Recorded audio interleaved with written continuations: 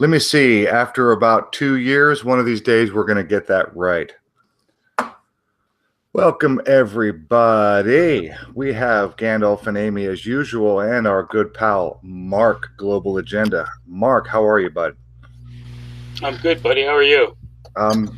It could be worse, man. It could always be worse. I haven't talked to you in a while, and you have been a busy boy. I've been in the QAnon rabbit hole pretty well steady since it came online, mainstream August 1st. So, actually, that's one of my questions I wanted to ask you. Have you been in that rabbit hole literally since the very beginning? Have you been following the Q thing? Were you one that jumped on the bandwagon like right away? No, I think that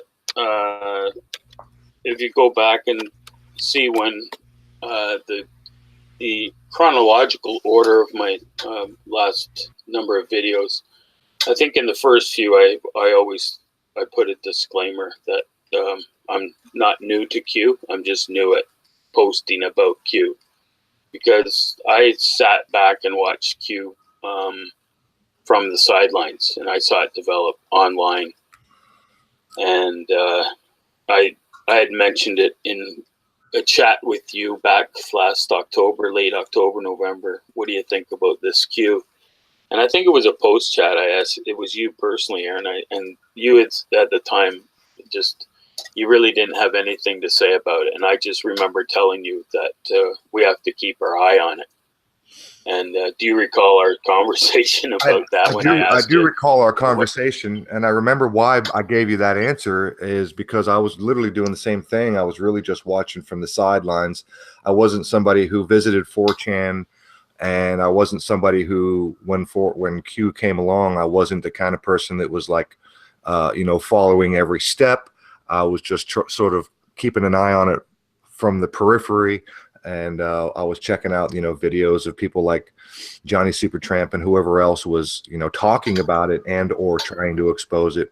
And for the most part, when it came out, there wasn't a lot of people exposing it. It was just a big, it was a phenomenon, obviously, and a lot of people were getting sucked into it, and then a lot of people were chasing the rabbit hole that he was, the breadcrumbs that Q was laying out. But yeah, that's why I didn't have much to say about it. I wasn't sure what it was. I mean, literally everybody was like, "Oh my God, this guy's legit," because he's making predictions. And what was that thing that he used to say? Past something predicts future, something like that. Past post predicts future, something like that. Do you remember that little phrase? Vaguely. Yeah, he has his. Yeah, that was one of his rhymes. That's how he operates. He's a rhymer. You got to distort this truth. But yeah, I remember that. I remember that you and I were just kind of like going, "What? We got to keep our eye on that." And then we never really discussed Q anymore. I think I've been on with you a few times since then, but we didn't focus on Q. It was still going hot and heavy on YouTube, but it wasn't mainstream at all. But I remember just seeing all the channels that were pushing it, and all the new channels that were growing and surfacing. And then that's when I started really to start pay attention. But I paid attention right away, because I remember that very first Tracy Bean's November 3rd video. I watched it. So I was, for some reason, I was plugged into Tracy Beans right off the bat. So I made sure I was checking out what she was doing. And then it led me to watching SGT, and then the rest of the crew, Lionel Nation, and yada, yada. So I was paying attention, and then when it went full stream, that's when I went hardcore, and I said, "What the hell is this Q?" And then that's when I've popped up and I've started. Basically, I just posted a video right now. It just came online as we're talking. It's brand new, and it's about two of the players that are still pushing the Q narrative, and that's War Drummer and War Drummer, who is Serial Brain, and then the other one is Praying Medic. So these are two channels that I'm telling people keep your eye on, because they're still pushing the narrative, and Q is all about making money. It's a money maker. Did you say Praying Medic? Yeah. Yeah, because I got that guy on my radar this week. Yeah. I don't know you can go and. This guy's got like 132,000 subscribers. His icon is like it's like a post World War II, like a Vietnam era helicopter in the background. So I guess he's ex-military, because his channel name is Praying Medic, and he's, like I said, 132,000 subscribers. He's a big pusher of Q. So yeah. Yeah. Praying Medic. Go ahead, Amy. Sorry. My first encounter with Q was I forget the name of the channel now, but they were going all on about how awesome Q was, and then what it said was something about how Trump is working against the deep state, and I just did a face palm right there and went, okay, this is bullshit. Just knew it at that very moment. It's, that's interesting that you mentioned that, Amy, because the Q phenomenon and those who follow it diligently and put out a lot of videos and promote it they're heavy Trump supporters. And to me, it's reminiscent of like flat earth and religion seems to go together like peanut butter and jelly. And yes. QAnon and Trump supporters seem to go, hand in hand as well. Yeah, it seems that way. It's almost like anybody who's pushing the Q narrative is a strong Trump supporter and sucked into the left-right paradigm. Well, you have to be a Q supporter or a Q follower, because all of Q's posts are basically talking about how Trump is purging the United States of the deep state, and they're given all these reasons why Hillary Clinton hasn't been arrested. It's basically a Trump fanboy conspiracy theory. Yeah, I think so. So, have you guys heard that there's an app, a Q app? Oh yeah, I've heard about this, man. Didn't it get removed off the Apple Store or something like that? Well, as far as I know, it's not on Apple. It's I think it's called QAnon Pub. Oh my God, bro! And it's the QAnon Pub is one of the chat boards that they run. Yeah, so the QAnon Pub is one of their main. If you're following Q, you want to follow the pub, the QAnon Pub. That's the one that's run by Serial Brain, who is War Drummer. So that's one of the chat boards that those guys are still running, the boys that are still in Q. So, Mark, you never did get sucked into trying to decipher any of the Q posts? No, early on, I was very skeptical. So it was like I just sat there and I did watch some of those guys break them down, and then I knew right away it wasn't right though, Aaron. So I wasn't falling for the Kool-Aid. I was just sticking on the perimeter, watching it all play out. But I was at the same time I was analyzing who was behind it for sure. I mean, so of course I was. So you would say you got into it maybe around the winter, like maybe around February, January? You know, when Gandalf, when I got into it was right around it was December 23rd is when you had Pamphlet and Baruch the Scribe. They went on to InfoWars together, and then it kind of went viral for a while. Those the two QAnon, the Chan operators were on, and it was right around the time that 4chan was going up to 8chan, and there was a coup, and that's when the trip code error was, they said they were hacked, and Pamphlet and unlocked it, and then they had to break it, and it was happened on there. You saw that little piece where, who's got the trip code? It was like, well, Q-Stoney's posting that has the trip code, and they were saying who's got because they couldn't get onto their own board. So when they went to 8chat, that's when I started paying attention, because that's when Tracy Beans was full hardcore into promoting this with the Scribe and with Pamphlet. So that's when I was listening to those interviews, and then I was also watching what Pamphlet and Baruch were doing on the sides, because I knew those two were the players on the boards, because Tracy Beans her video basically said she was going to use them and they were going to use her to promote the Q online, and the Q on YouTube. Pretty well, it's after Roy Potter interviewed Baruch the Scribe again yesterday, and I know Unirock was breaking it down last night, and I will listen to Roy Potter by myself off to the side. And when you listen to Baruch's pretty well telling you that who Q is.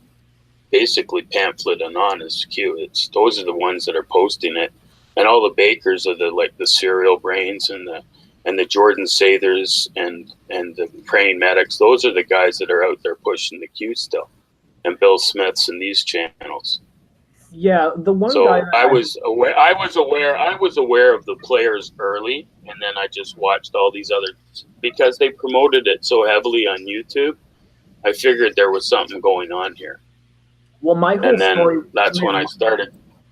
Like when it all started, when I first caught on to it was like in the early stages. I'd say sometime in the fall, and I saw on 4chan people were posting people were claiming to be QAnon, but the whole thing was that people on 4chan, it was on the poll section of 4chan. People were actually calling it out day one that it's a LARP, like a live action role play. People were saying that day one that this is bullshit, none of this is true. And that's when I noticed that it really moved on to the 8chan board. And the whole thing that's the whole thing. Like when people come to these 4chan type sites, most of the time people go there to LARP. They go there to pretend that there's something. I've done it before. I've pretended that I'm like a U.S. intelligence operative that's posting out of a submarine, and people believe it. People will go there and believe this stuff, right? And I've pretended to be a hardcore Trump supporter, posting like anime pictures with where I can't even hardly spell, and just pretending to be as dumb as I possibly can, and seeing how many people will respond to it. But that's all 4chan is. That's what you're supposed to do on 4chan, and that's what these guys came there to do, was to LARP as some kind of insider in the Trump administration, right? Mm-hmm. Wow. But no, you kept your eyes on it, man, because like after I saw it disappear off 4chan, I stopped paying attention to it for months, man. I'm only now starting to pay attention to it again. Well, the players are pretty well still the same, because you've got Pamphlet and On is still basically the conductor over the orchestrator, and now you've got Baruch the Scribe. He's out there still pushing the narrative, and yet he was supposed to have been forced out of ownership when 4chan went to 8chan, right? So I'm not so sure that that he's still not part of the whole script. Yeah, I really noticed that it kind of like when it moved to 8chan, That's when people like Jerome Corsi started picking it up and started talking about the QAnon posts all day. Do you remember when Jerome Corsi was he flipped out and he totally turned on Q when someone on the 8chan board claiming to be Q said not to trust anyone that's trying to profit off of this. Jerome Corsi has no inside information. Neither does Alex Jones, because both of them were claiming at that point that they had inside information. Right. So it kind of so a lot of these people started turning on the whole QAnon idea because they were being called out by whoever is posting the Q posts. So like, and this could be anybody, you know what I mean? Like who knows who this is? Well, Jason Ogden's in the chat there, and I just said to him, there's several people are Q. It's Pamphlet's baby. Pamphlet is the one who hatched this program with Tracy Beans and Baruch. Okay, so those were your three orchestrators. Okay, those were them right there. The Q original 3-pack YouTube channel planners, when it began on the internet in late October 27, is Paul Ferber, aka Baruch the Scribe, Coleman Rogers, aka Pamphlet and Tracy Beans, who's Tracy Diaz. They all pushed it. They pushed the narrative. Serial Brain, Oil Guy, has got a great video where Serial Brain in the chat room, Serial Brain told everyone to jump on YouTube's live stream. That's what it's there for. You've gone through the purge and the demonetization of the channels. So now YouTube has given you a gift of a kiss. Get out there and do live streams and super chats. And then boom, the kings of live stream, you got it. Lionel Nation, for sure. Corsi was right in there. And there was several others that tried to get in on the live streams. And I know a bunch of them did. And when you look at the super chats, even now with Lift the Veil, you've got people that are lining up to give these people $5 here and there for super chat. And that was pushed by the QAnon insiders on YouTube. They told their guys, go out there and live stream and super chats. It's all about the dollars. Well, at one point, I remember checking out the Jerome Corsi live streams that he was doing. He was getting donations of $150, and he'd get $350 donations, and like the money was rolling in for all these people that were pushing this. But what gets me is, I just wonder where the hell all these people are coming from that are totally on the Q train. Yeah, there's definitely has to be. There has to be a. There has to be a network. There has to be a network for sure. Okay, and I think that we can go back to Oil Guy's video on QAnon mastermind Thomas Schoenberger, Schoenberger, Schoenberger of Cicada 3301. So this Thomas Schoenberger, he is the mastermind of bumping Cicada 3301 and starting the setup to the Q program. And he's also one of the ones that has obviously shilled out some money to get a lot of people on board in this network. There's a network here. There's got to be a network here. No doubt about it. That's Gandalf. There's a network here. Oh, I don't doubt that at all.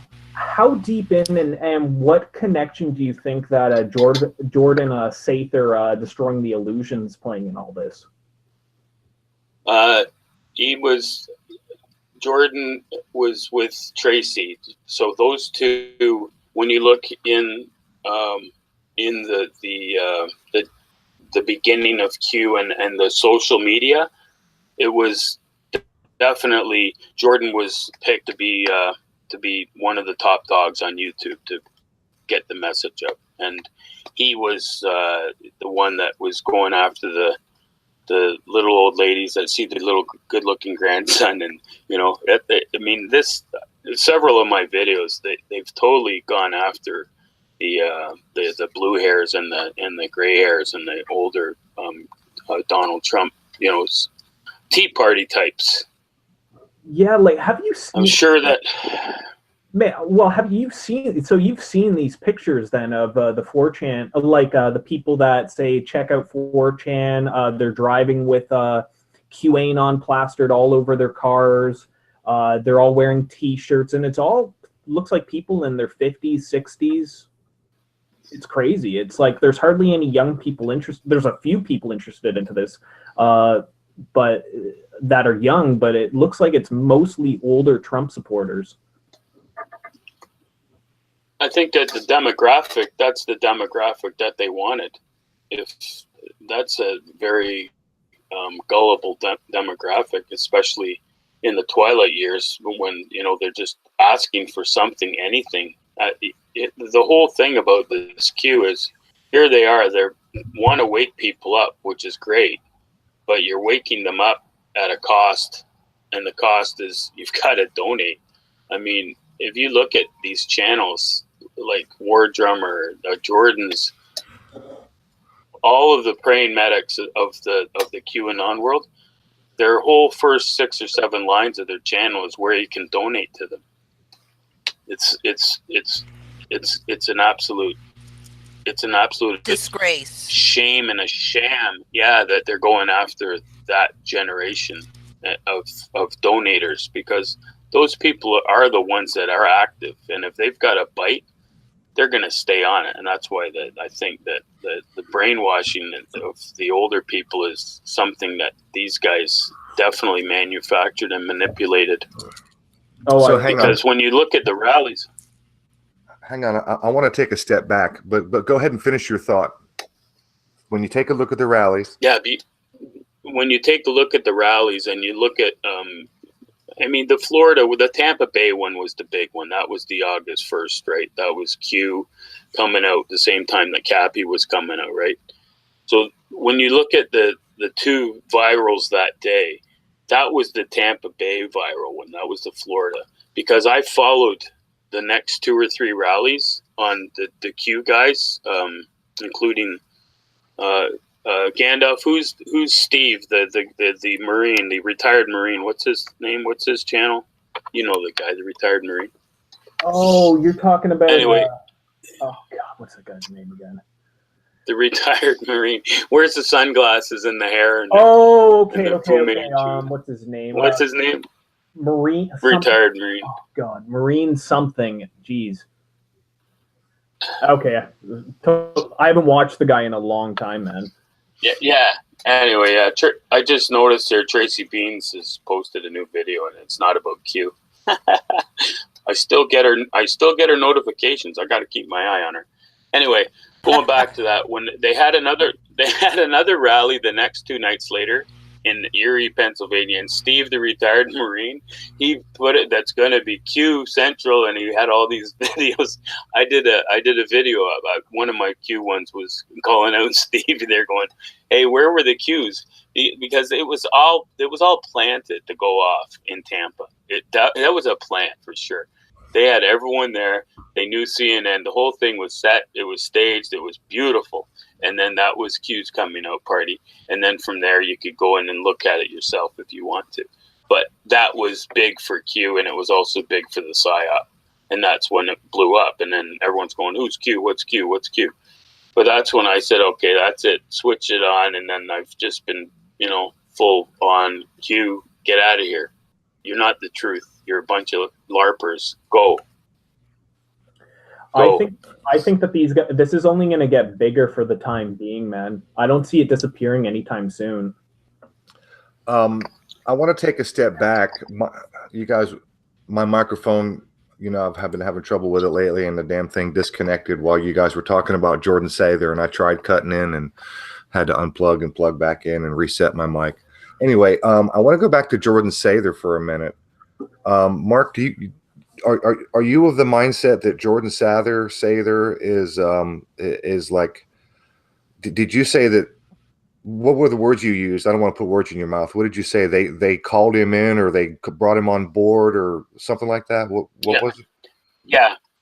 So, yeah, definitely. Jordan is he's been planted into that community. Wait, okay. All right, so you think that Jordan was, brought in on the team, on the Pump the Q bandwagon team, and you think he's part of this LARPing network? Is that correct? Pardon me? You think that Jordan Sather was brought in on the LARPing Q team to pump out the Q? You think he's part of the whole psyop, or do you think he got sucked into it? I mean, no, he was in it in the beginning. Okay, so he was in it from the beginning, and okay, I guess my main concern or my big question with him is if he's on the LARPing team. If shit, my microphone just fucking did something weird. You guys let me know if my microphone is sounding different or weird. You're echoing. Yeah, you're echoing. All right, this fucking microphone. Hang on. Look, what I really want to know is if Jordan Sather is part of the LARPing team, if he's part of the crew, then why do you suppose that they chose him to go on Comedy Central to look like an ass? Because ultimately that's what happened on that. Yeah, but I think that's to build some more divide between the people who think this Q thing is right and, real. Okay. And, Go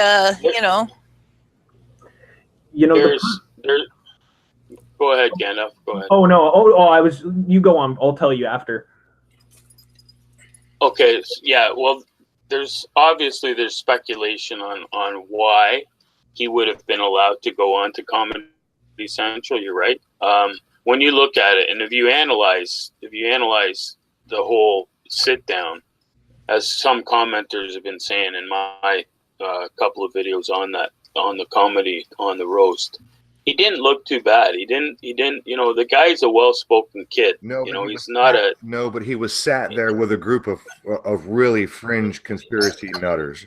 Yes. It was like, you know what? I'll be honest with you. When he let the two videos, him talking about just coming back from Hollywood and doing the Comedy Central gig, and then when he read all the comments on his video, and then he had to do a rebuttal to the comments, like a further assessment video the next day, responding to the responses, he had to call it, and he was genuinely still his cocky self. He knew that this was going to be a bomb, okay, and this is why he was allowed to do it. Now, his handlers, everyone talks about his handlers because he's from Gaia, and Corey Good is a ufologist as well as David Wilcock, okay?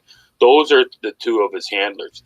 The two handlers who drag him around to conference because he's above Majestics. He's one of those guys. He's going to be one of those leading us into the UFO age. That's going to be his gig after QAnon's gone. He's going to continue on with that post with Corey Good and David Wilcock.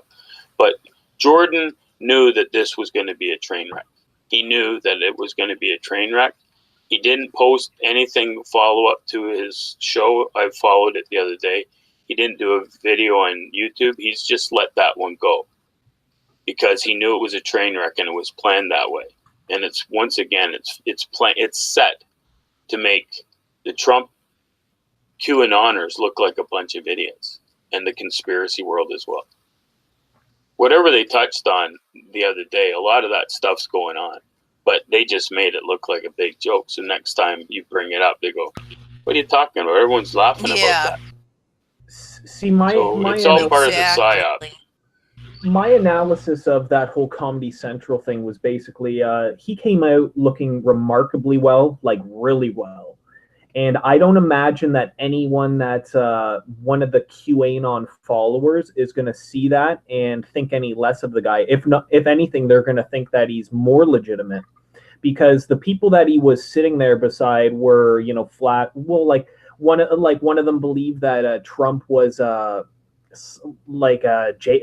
QAnon was JFK Jr. or something like that. Yeah. And a lot of these crazier people that were sitting there beside him are going to make him look remarkably well in the eyes of the QAnon followers.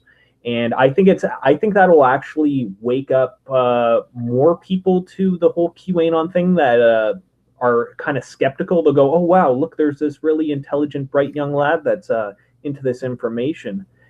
I more than anyone am watching Destroying the Illusion and analyzing his whole motives behind this whole thing, because more than anyone else, I'm really sketched about Jordan Sather. Like, you say that he's working with David Wilcock, and I'm only starting now to look into that.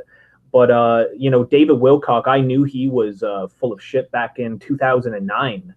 And to have him working with Jordan Sather is sketchy beyond belief. I agree. The whole thing is this Jordan Sather kid is intelligent. And by watching his videos, I'm not even sure if he believes in QAnon as being real. I think that he's just really manipulating the people that are listening to him. Yeah. Well said, Gandalf, because you left and I referred to it in one of my other follow-up videos. You referred to him as, I'm not so sure that he's not aware of what's going on, because he seems like a bright, intelligent, articulate kid, and he is, and he's great behind the camera. That's why he's such a good LARP. He's such a good They can have this guy sell ice to an Eskimo if they needed it. Yes. Mind you, that lately the Eskimos. I'm a Canadian, so I shouldn't say Eskimos. I should say are indigenous people. Gandalf, right? Am I saying it right? I'm a Canadian. Or indigenous. They're Inuits. Inuits. Yeah, they are. But here in Canada they call it indigenous, right? So anyway, I'm well aware of what's going on with the indigenous population. So, Jordan is well aware. Jordan is well aware of what he did and what he's doing right now. Okay, he's selling it, and we may need him to go up and sell some ice to the indigenous because of global warming. Because we need some water in British Columbia. That's what we need. The wildfires. We need some water. It's turning into Fort McMurray, the sequel. We'll get into that later on. Lady Zaga would like for you to clarify who is saying who is the one saying that Corey Good and Wilcox are Sather's handler. Because he's on the Gaia, Lady Zaga. If you looked at that link I just put, he was on with George Nuri. He was on Seeker's Journey. So he's with the GAIA TV network, and Sather was on with Nori? And Corey Good. Yeah, he was, November 29th. Wow. Yeah, I actually saw him at a 30 conference. minutes. I'll give it to you here. Actually.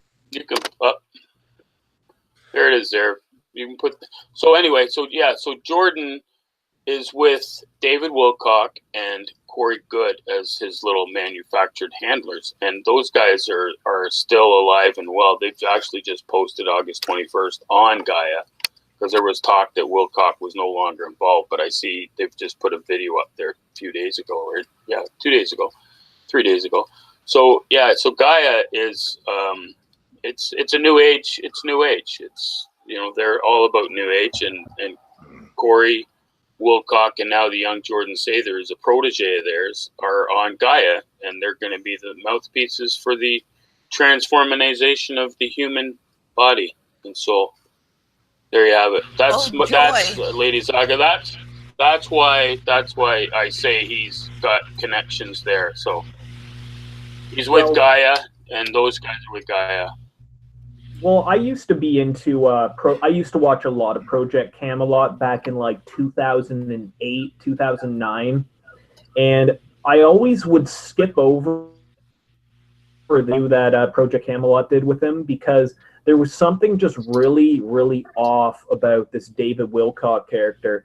And, you know, then I saw him get on Ancient Aliens back in like 2011 or so. And to have him now working with Jordan Sather just sends up all these red flags in my mind, man. A big time. I'm right with you, Gandalf. Oh yeah, big exactly. time. Exactly. And I mean, again, well said, Gandalf. I too followed in the days books, and when I saw him on Ancient Aliens, it was a real head scratcher. It was like, wait a minute, this guy on YouTube pumping this alien narrative is now featured on mainstream, if you could call it that. Kind of funny that Ancient Aliens is on History Channel.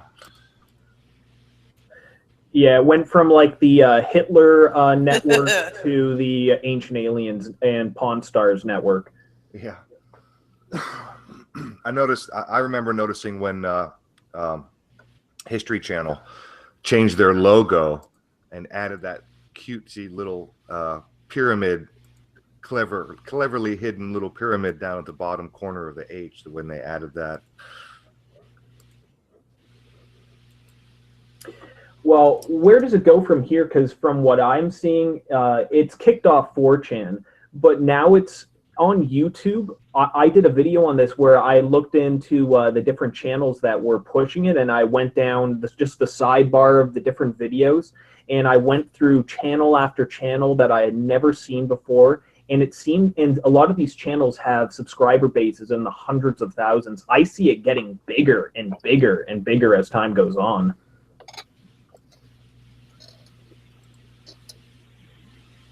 Like, will the Trump administration have to acknowledge the QAnon is what I'm wondering at some point. Is this going to happen?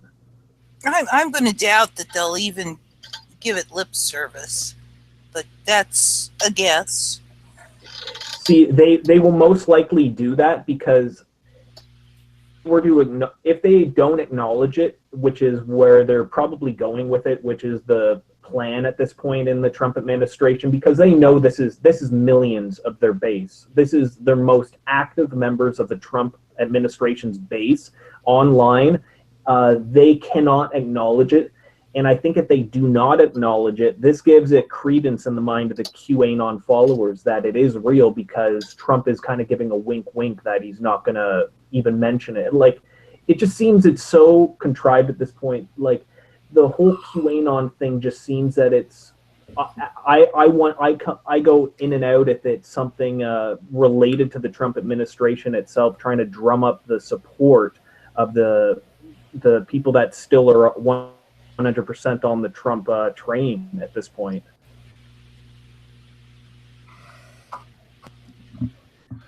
You know, I almost titled tonight's show "Breadcrumbs for Truthers." That would have been good, bro. And I was having this. As many of you who know, who listen, my mom is. I'm lucky to have my mom as someone who I can count among the awakened. Although she's new to being awake and she doesn't have all the details, her and I have some interesting conversations rather than fighting like a lot of people do with their friends and family when they try to talk about these subjects. And the other day I was trying to impress upon her that the powers that be, our social engineering masters, how it's actually in their interest to inject conspiracy, like, you know, the flat earth psyop. It's in their interest to create false rabbit holes for those of us who are paying attention to go chase down and chase our tails around. It's a way for them to lead us around by the nose. And one of the things I was trying to impress upon her is that all throughout history, all throughout human history, there have always been somebody. There's always a percentage of the population that just doesn't buy into whatever official narrative, right? Whatever the government has to say, whatever the officials have to say, whatever the story is, there's always somebody who's going to say, nah, that's probably bullshit, right? And then, so there's always that crowd that are skeptic. And in this case, in our day and age, we're conspiracy people. We're tinfoil hatters, and so it's absolutely in their best interest to inject things in the narrative for those of us who like to think and dig and muck rake and pick shit apart and be critical. It just keeps us busy. It's like the conspiracy water cooler. Yeah, and it seemed that, like, back during the election 2016, Donald Trump even went on the Trump went on the Alex Jones show. These people are acknowledging that there's a huge amount of their supporters are on these alternative information streams of it. You know what I mean? Like, it's just so hard to even know anymore. Like, I'm confused by exactly who QAnon is. Like, these people that are pushing it, like on YouTube and whatnot, but then it seems that it's at some level it's connected to the Trump administration itself.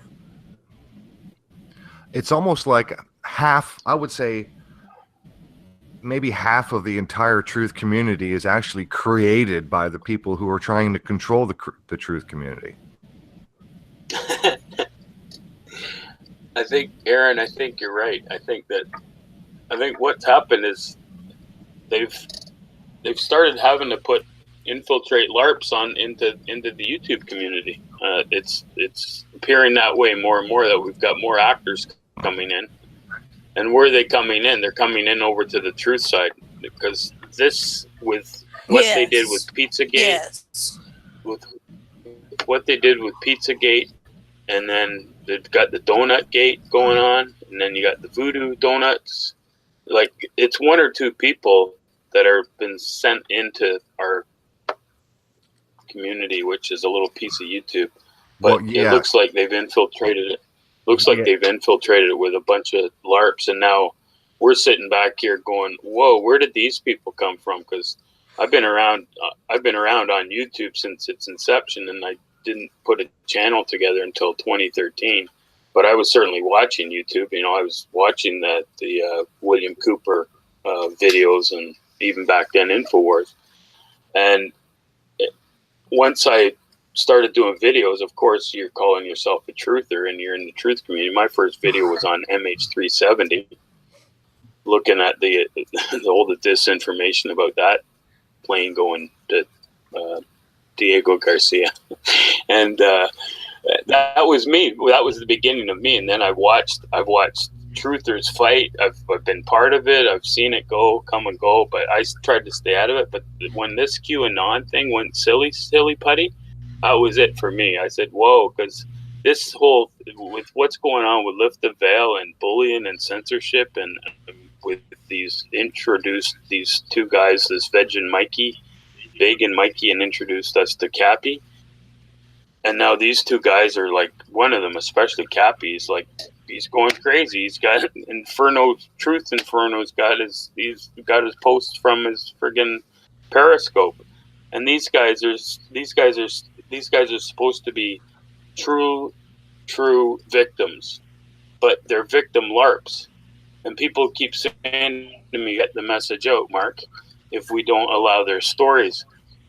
I believe in global pedophilia. I know there's a problem. I've put videos out. There is a problem. I worked in a prison. I know there's a problem. Yes. But they're sending in LARPs to do the narrative, and they're making it look like a bunch of idiots. They made the Pizzagate with this guy that shot up the pizza place, the Comet Pizza. That was a game changer. They're making everybody look like a bunch of idiots, and then you got Jordan Sather going on stone-faced. It's worse than that, bro. Not idiots. Alex Jones already did a sufficient job making us all look like idiots. The pizza shooter, that made us look dangerous. See, yes. There's a timeline in all these conspiracy-related topics that go mainstream. So it started with Flat Earth, I would say, in 2015. And that got mainstream news coverage. It was everywhere. People talking about how, there's all these crazy people into the flat Earth. And that a lot of people, like me included, like, we don't trust NASA, like, in every single thing that they do. But then that people kind of went too deep into that rabbit hole where nothing in space is real. But then, Yes. then about a year later, then Pizzagate came out of nowhere, and people were talking about how there's a giant pedophile ring being run out of a pizza shop in Washington, D.C. And then that went mainstream with the shooter. And now it's a year after that, QAnon goes mainstream. And I don't know if you guys know about this, but there was the guy who blocked the bridge, the Hoover Dam, and he was demanding that Trump release the emails or some crazy shit, QAnon follower, and that went mainstream. So it seems that the conspiracy-related topics that get big have a sketchy origin all the time. Yeah, and when they get big and they make it to mainstream, it's always spun. The narrative is always spun in the direction of making us look dangerous. Because now we've got, as you guys well aware, Justin Woolley of Counter Tyranny Ops was a big time truther, completely off the rails, killed his mom, and that story is just fucking bonkers. Makes no sense. Professor Doom is back in prison for stabbing somebody five times. Sidethorn is in and out of jail for stalking Pastor what's his name, Frank Pomeroy, and the pizza shop, the YouTube shooter. Jeez. Then we've got the YouTube shooter, that chick who went off the rails because apparently she was demonetized. So making us look crazy.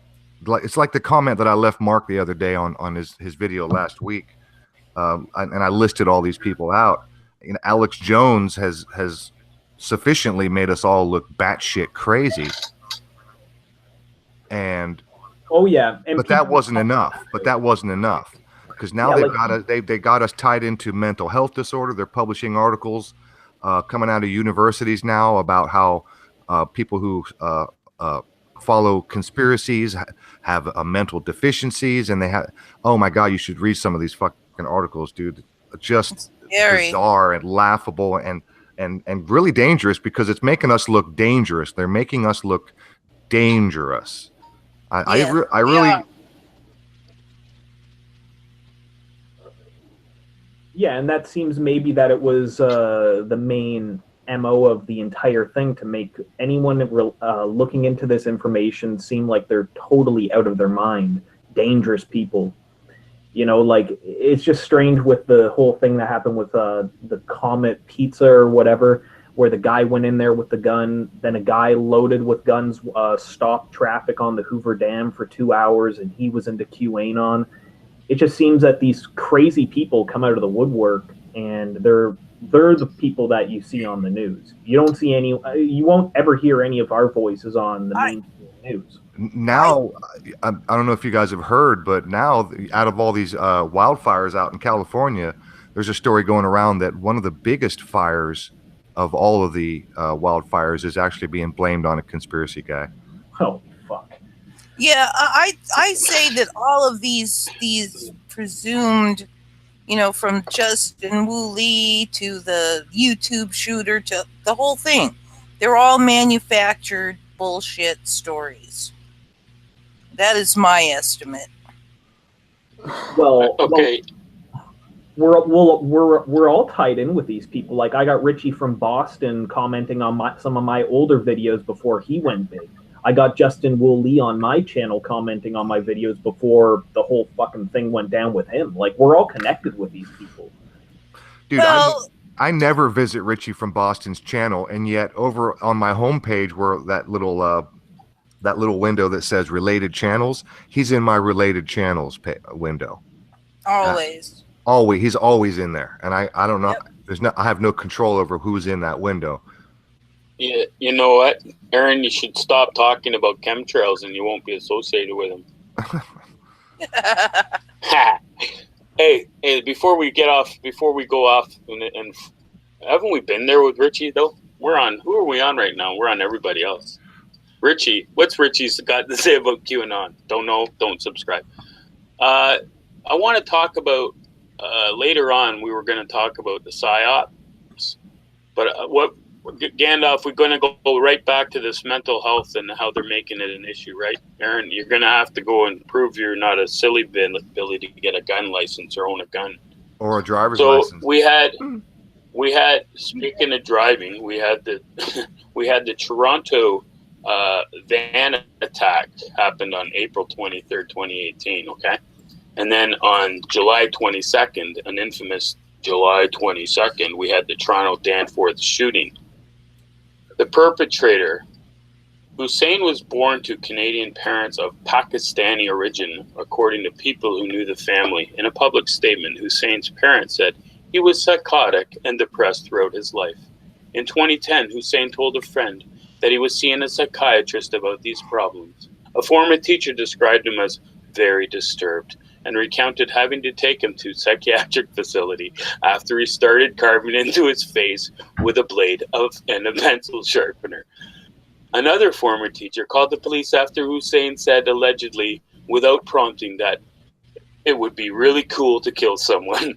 His family had been struggling through the death of his sister in a car accident and his brother's ongoing coma over an overdose and a stroke.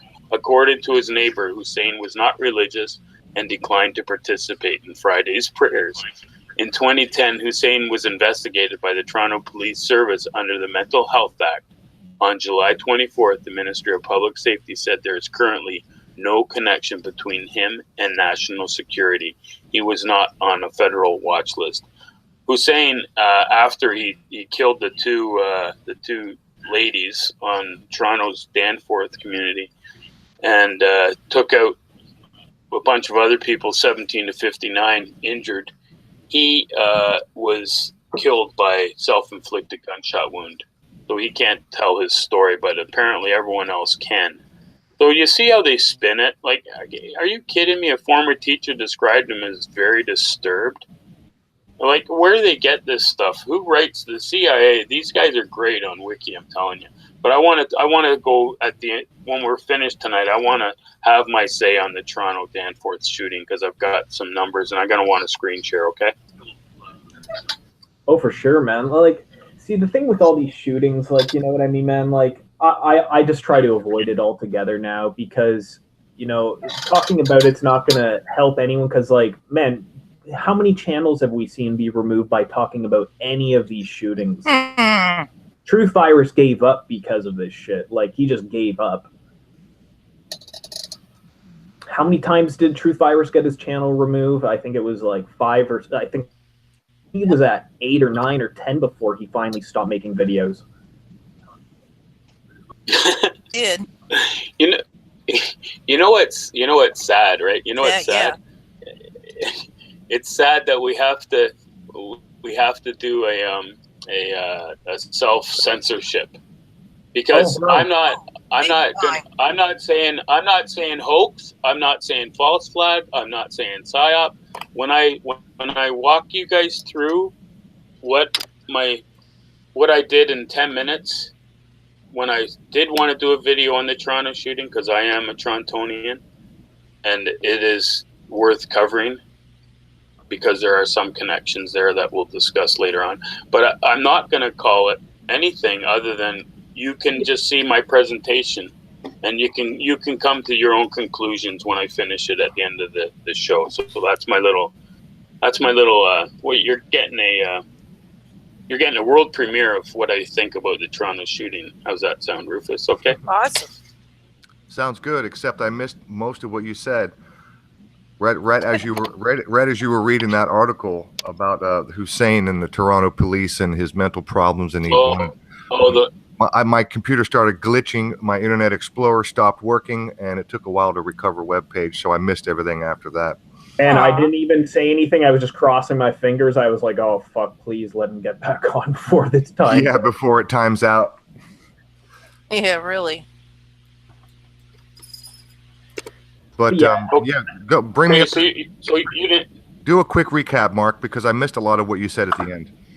Okay, yeah, so basically, I'm going to flip back over. I'll just quickly...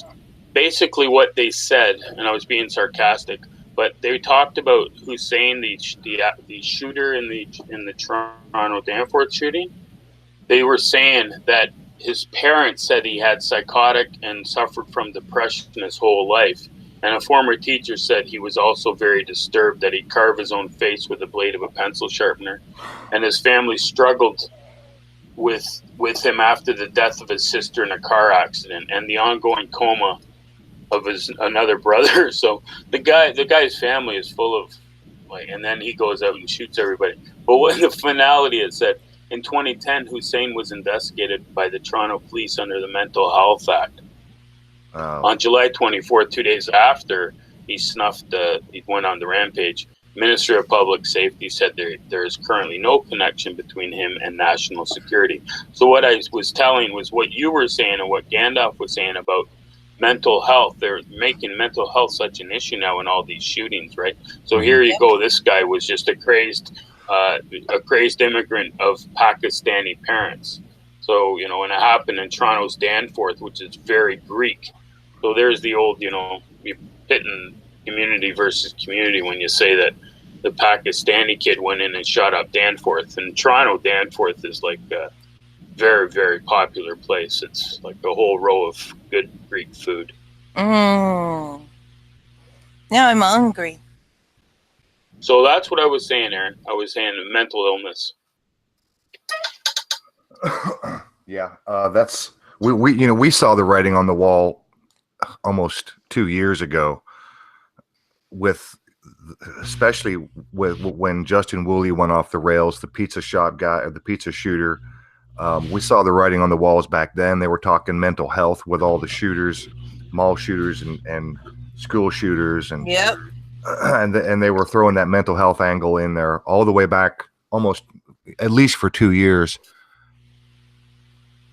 And so now they're tying mental health in to conspiracy people, anybody who subscribes or even looks at anything, you know, conspiracy related. So it's pretty clear that crazy isn't good enough. Dangerous is the new normal. Yep.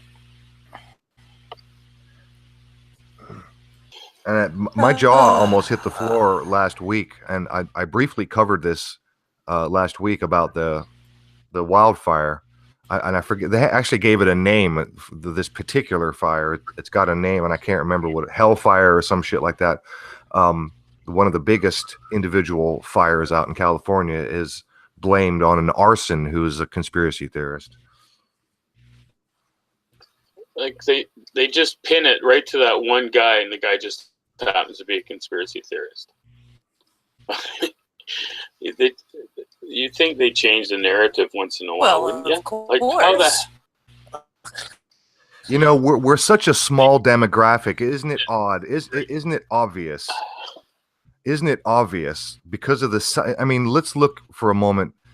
This demographic of people, this corner of the internet and of the world in general, who are interested in and subscribe to various conspiracy theories or whatever. Call it truthers. I hate that term, but what lack of a better term. This truther community is such an incredibly small demographic compared to the rest of society. And isn't it odd that how many shooters and now wildfire arsons are conspiracy people? Do you know what I mean?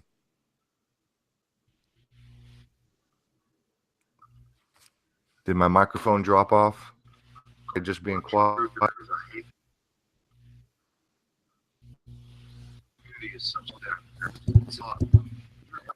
Yeah, only conspiracy people do things. Right. No, I hear me.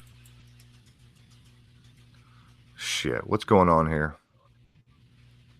You can't hear me? I hear you. You're kind of cutting in and out, Amy. Mark is muted. Gandalf is muted. Weird.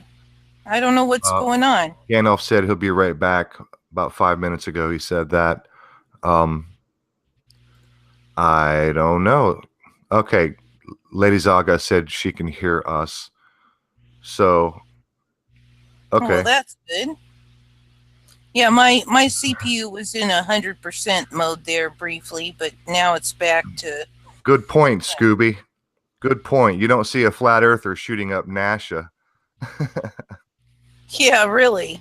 Good point. Good point. Maybe they should. Oh, no, just kidding. No, we don't. I mean, look, we're already lumped in with flat earthers. We're already, Yeah, we are. so we don't need flat earthers going crazy. Let's not give them any ideas. Of course, No, they've no. probably already got ideas in the works there. Oh, yeah. Oh, yeah. It's You know, clearly an agenda going on. It's not surprising me that I'm glitching and having problems on the stream. That's pretty typical when we get into a serious subject. And although we really haven't uncovered anything explosive so far, Brian at High Impact Vlogs, the old High Impact Flicks channel, it's his alternate. He highlighted a channel. It's called H3H3 Productions is the name of the channel. Now, these guys have 6 million subscribers. Oh, my God. And they were doing a live stream, and their live stream was shut down, and they got a strike on their channel almost instantly as soon as they were talking about, as soon as they started talking about Alex Jones. Huh. Because as you all know, Alex Jones has just been kicked off of virtually all the social media platforms. Yep. And they were doing a live stream and they were talking about him, and they played a tiny little clip. In fact, it's the same clip. It's the exact same clip that many channels have used. It's Alex Jones clip, including Thunderfoot, another big channel, 700,000 or 800,000 subscribers, where Alex Jones is ranting, where he says Mueller raped kids in front of people. And literally this channel called H3H3 Productions, huge fucking channel. They were doing a live stream and they got killed right in the middle of their live stream as soon as they played that clip and started talking about Alex. And by the way, they were actually in support of Alex being kicked off of the social media sites. So that was, I don't know, kind of strange. But we've had it happen here. I remember last year we were interviewing Charles Koss, and I was trying to do a screen share to show some images from a documentary. And I got notification right in the middle of the stream. A damn window popped up and warned me to stop screen sharing because it was copyright material. And then right after I got that notice and I stopped sharing it, my ability to screen share was killed for the rest of that stream. Yep. You remember that, Amy? Oh, yeah. That was weird. So it must be something embedded into the system, because if you try and watch a lot of illegal movies that you're not allowed to be watching on YouTube, like Hollywood stuff, a lot of these people that upload, they'll either reverse image the movie itself, right, or they'll put the movie slightly off the screen and have like star patterns, like twinkling in the background. The YouTube algorithm is basically able to find anything that's blacklisted and take it down immediately. And that's what I'm thinking happened to H3H3 was this Alex Jones clip was probably in the algorithm as it's like a no-go. You cannot put this on YouTube because it's Alex Jones. And that's probably what happened to them. I don't think it was like someone deleted it that was watching the H3H3 stream that works at YouTube, you know what I mean?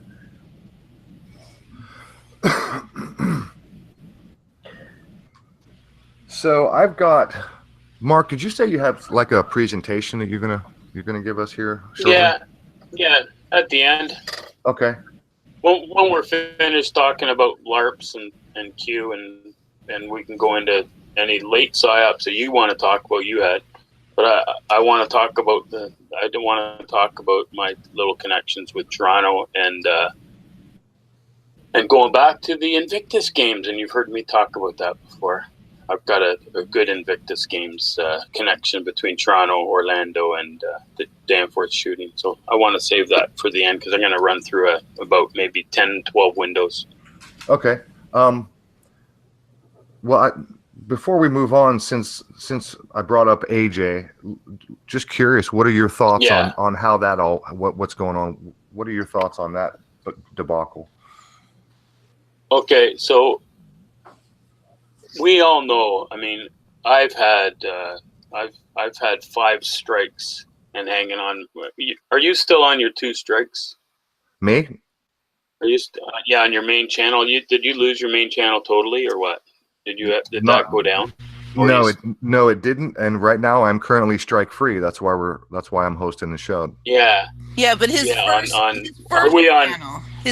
first channel was taken down completely. Yeah, my first channel was taken down. And real quick, let me just say something to somebody in the chat.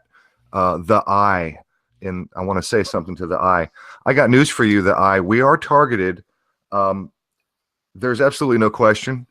And I will tell you, he mentioned there's some tall stories being told. I'm going to tell you another tall story, and this is a fucking truth. I had a video that I had up for a couple of hours, and then I took it down, and 3 fucking weeks later, I got a strike for that video that was deleted. It had been deleted 3 weeks, and I got a strike, and everybody knows it. Anyway. Oh, I'm just going to add this in now that you mentioned that. I think I mentioned this before, but nothing is permanently deleted off YouTube. Even any of your videos that you put up and you delete them yourself, none of that is permanently deleted. And the reason is people have shared child porn on YouTube. People have shared grotesque like murders that they themselves have committed. So for legal reasons, YouTube leaves these things in their data bank so they can simply rebring any of this stuff back up. Even if you think it's deleted, nothing's deleted. So that's probably what happened. They searched maybe a keyword, Ruth. Well, something I was going to say to you a minute ago is that everything that we say on this show is automatically goes voice to text, and then it gets run through the algorithms from there. So, certain things that you say on here are going to be flagged or marked or identified, looked at, scrutinized, whatever. When you go back to info, but let's go back. Let's go back to Mark. Mark, go ahead and give me your answer. What's your take on the Alex Jones thing? Yeah, if you go back and even Nathan at Lift the Veil, when you get a strike, when you get 1 strike, we know. I mean, I don't live stream. I may look into live streaming later, and I might have to go for some super chats and some $5 donations to get a new mic / Amy. I'm joking. But when you do live stream, you have to have 0 strikes on your channel. So you can't live stream if you have 1 strike. If you have 1 strike on your channel, you lose the right to live stream. Okay. And sometimes you'll even get only a 15-minute allowance on video screening. So if you do a video of more than 15 minutes, it won't upload. It'll upload to the 15-minute mark, and that's it. So those are going to be your penalties on strike 1. Strike 2, you have a 2-week suspension, and you've also lost your live streaming, and you can't post for 2 weeks. So, and you don't even have access, we all know, you don't even have access to your YouTube channel. You can sit there and go and answer comments, but you can't do anything on your channel. So my take on, he kept telling us he's had a strike here, he's had a strike there, he's had a strike here. If you have a strike, I don't know how many, he didn't have that many channels that he could live stream on. I know InfoWars had probably, how many channels, 3 or 4? There's no way he'd be able to live stream if he was hit with strikes. So those were fake strikes. Alex Jones has been part of this whole truther psyop agenda since day 1. I watched him. I saw him come into play too. I'm way back then too. I'll age myself. I know Alex Jones from when he was What was he, Bill Hicks? Yeah, we all know that. Bill Hicks. What a great character. George Webb meet Bill Hicks, eh? Oh my God.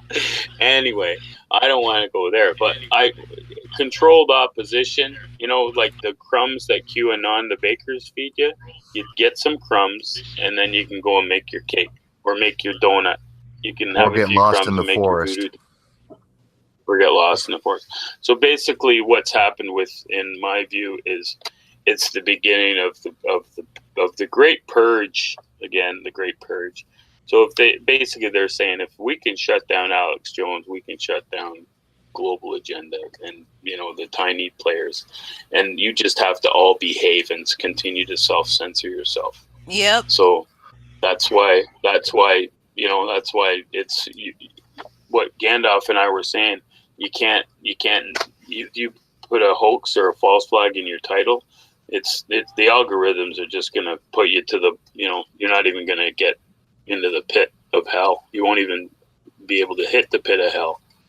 You'll be that far below the surface. So you can't use it anymore. I mean, even I heard that even the hashtag QAnon and the hashtag Q, they're not even popping up in the algorithms anymore, and they've been demonetized. So that's my take. And then now, unfortunately, we're seeing Hagman and Hagman the other night come out and say that they've got a strike and that they can't live stream anymore. So you've got these secondary feeder channels that, you know, are now gonna get the hits and the strikes. Well, let me know when Young Turks get a strike. Yeah, it's interesting that a lot of these channels go around strike free, right? It's very interesting, very interesting. And then the day before the Cappy, the Cappy interview, Isaac Cappy interview with LTV, you had SGT report and Bill Smith, who's another QTuber, UFOologist. Those channels went down, and they're both big Q channels. And apparently, SGT was lining up Cappy to interview him, and then his channel mysteriously went down for 24, 36 hours. And Bill Smith went down, and he wanted to interview Cappy as well. So it was the stage was set for LTV to present us with Cappy, and then when he presented us with Cappy, all of a sudden you had Jordan Sather from QAnon the next day interviews Cappy. The following day after Jordan's interview, Cappy is interviewed on Jordan Sather's Destroying the Illusion. So there was a relationship brewing there, and that's Cappy has also said that he let the NSA know that he was involved in this Seth Green child pedophilia allegation. He said he let them know on the 8chan board. Yeah. And that's when LTV said, did you talk to Thomas? And if you recall, he said, did you talk to Thomas? And he said, yeah, I've talked to Thomas. And Liz Crokin is going to be my media advisor as I go ahead and start doing interviews. And Thomas is the Thomas Schoenberger, which I said earlier. He's the one that hijacked from 4chan and took it to 8chan. And Schoenberger is of the Cicada 3301. And he was DeFango, who is part of Cicada 3301, had said that he lived with Thomas Schoenberger for a few months. And Schoenberger is the one that Jack Posobiec, who hasn't released his information on Q yet. He's got some documents on Q, and he's the one that outed Thomas Schoenberger as Q, the money behind Q and one of the brains behind Q, on August 8th. So that's the history there. And now you've got the LTVs connected. This is your connections, and these channels are all going to start getting picked off one by one, and it's all for the crying of censorship. But they'll all get their channels back again. I mean, SGT was back up the next day. Yeah, that's the whole thing. SGT actually got pretty triggered that people were actually calling him out that he took his own channel down. Yeah, he did. Yeah, he did get triggered. Yeah, like these people follow a formula. So, like, Destroying the Illusion took down his own channel to get street cred. Then SGT took down his channel to get street cred. Yeah. I'm pretty sure Call for an Uprising also did at one point, took down his main. So, and then they always start up an alternate backup channel that gets maybe like maybe 20,000 subs, but then they just upload the same content as they did to their main channel. Like, I don't know, is it like a rite of passage, or is it just like these people know that they've been called out all over the place as being like full of shit, so they want to get to this street cred off the people that are kind of skeptical about them? I think it's probably a mixture of a lot of reasons. I think street cred is a big factor. Yeah. It kind of reminds me of the old days when in the 60s, Timothy Leary was arrested and harassed by the cops and authorities, and then turned loose again, and all of a sudden he had all kinds of credibility when it turns out he was CIA all along.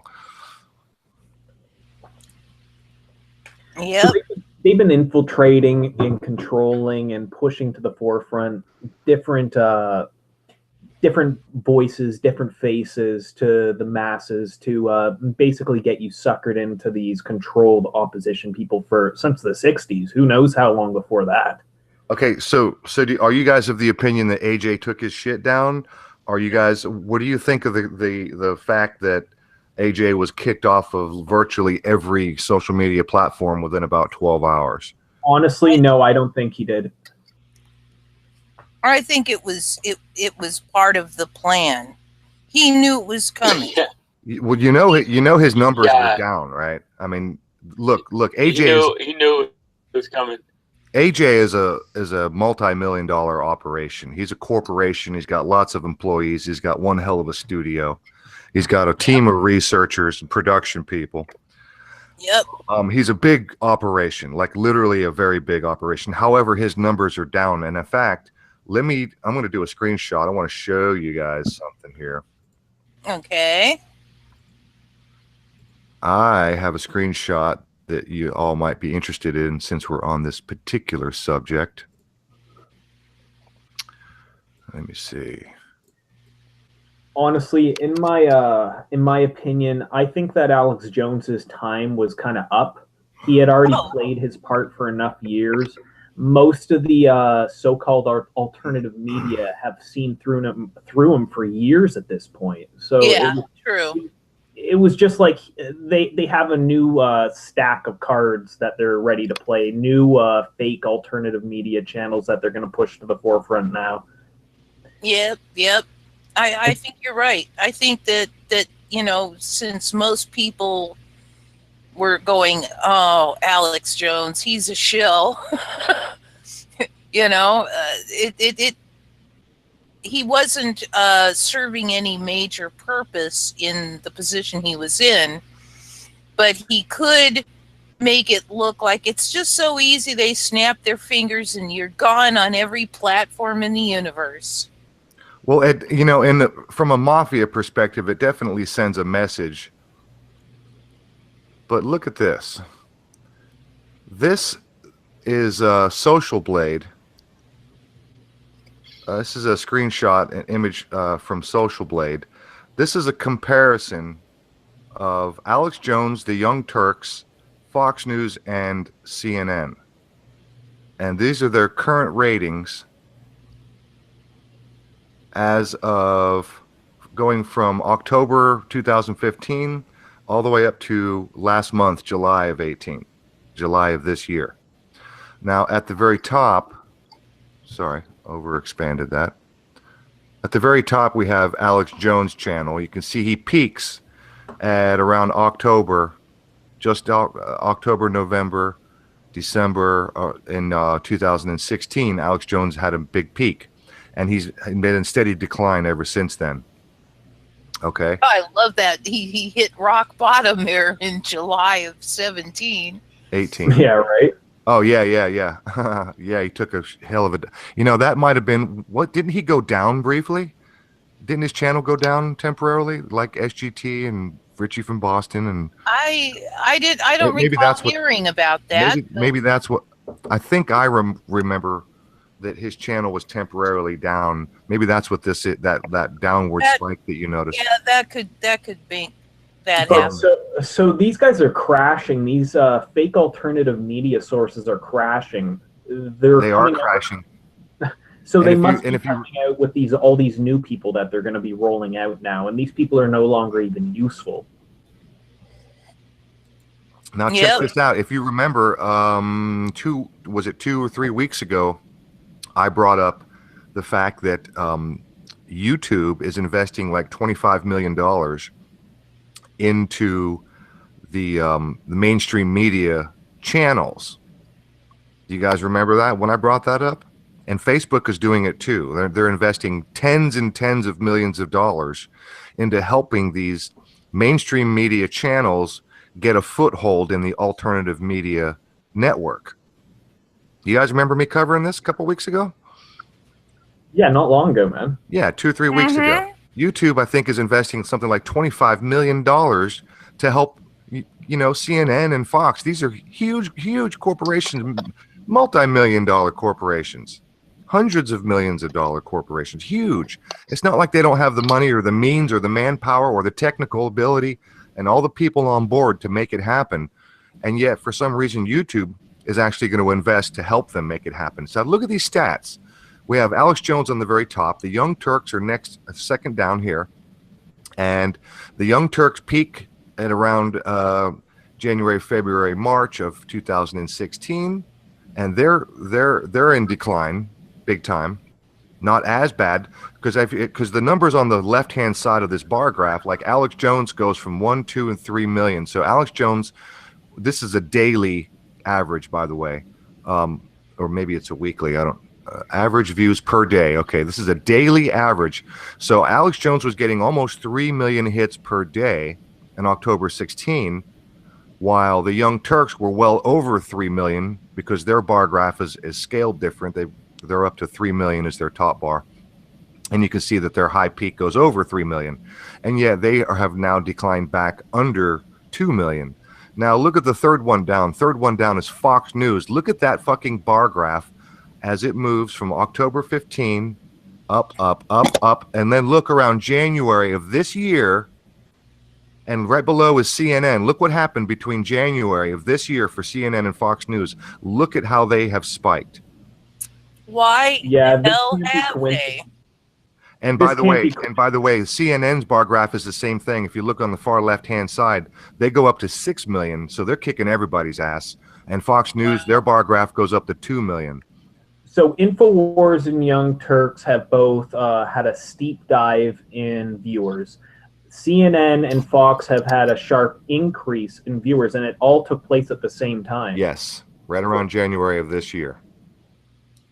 Now, Alex and the Young Turds, they've been declining slowly over time. They didn't drop off, but Fox and CNN took a huge spike at exactly the same time. Yeah. Well, I can't imagine why anybody would want to watch them either. I don't know why anyone would want to watch any of those on the list. Just can't fathom. So it could be that AJ ran his course, and maybe they were having financial trouble, and maybe before they went into debt, they decided to get out. And they staged a big coup and made it look like, oh, the man took us down. I don't know. All I know is that when you look at these stats, there's some really interesting information to glean from these particular graphs here. Yes. And it not only shows that both the Young Turks and Alex Jones are both down, while Young Turks are still above what Alex was pulling in, that their numbers are down significantly. And it's this is beyond obvious right here, January 2018, the massive spike that CNN and Fox has pulled in. Wow. Yeah, they could have maybe paid these guys to maybe suppress Young Turks and Alex Jones slightly, because Young Turks is the left-wing version of CNN. That's apparently alt media, and Alex Jones is now nothing more than the Fox News version of the alternative media. And maybe Fox and CNN just wanted these guys to be suppressed slightly. Maybe they paid YouTube or Google maybe $100 million each. Who knows what the actual story is behind that? Okay, so check this out. This is terms of service right here, and I want you to guess where this terms of service comes from. I'll read this quickly, and then you guys tell me where you think it comes from. You will not solicit anyone to buy or sell products or services or to make donations of any kind. You will not include links to products in your status updates, comments, articles, or groups. You will not post anything libelous, defamatory, harmful, threatening, harassing, abusive, invasive of another's privacy, hateful, racially or ethnically objectionable, or otherwise illegal. You will not make threats to other users or people not associated with the site. If you violate these rules, your posts and or username will be deleted. Remember, you are a guest here. It is not censorship. If you violate the rules and your post is deleted, all civilizations have rules, and if you violate them, you can expect to be ostracized from the tribe. Anybody want to take a stab at whose terms of agreement that is? What the fuck? I don't even want to guess, man. Is that YouTube? Anybody else before I answer? Go ahead. It's Alex Jones. That's InfoWars terms of service right there. for the InfoWars website. Yeah. It's scary. I was gonna Jones. Okay, go back to that for a second. Let me on the program.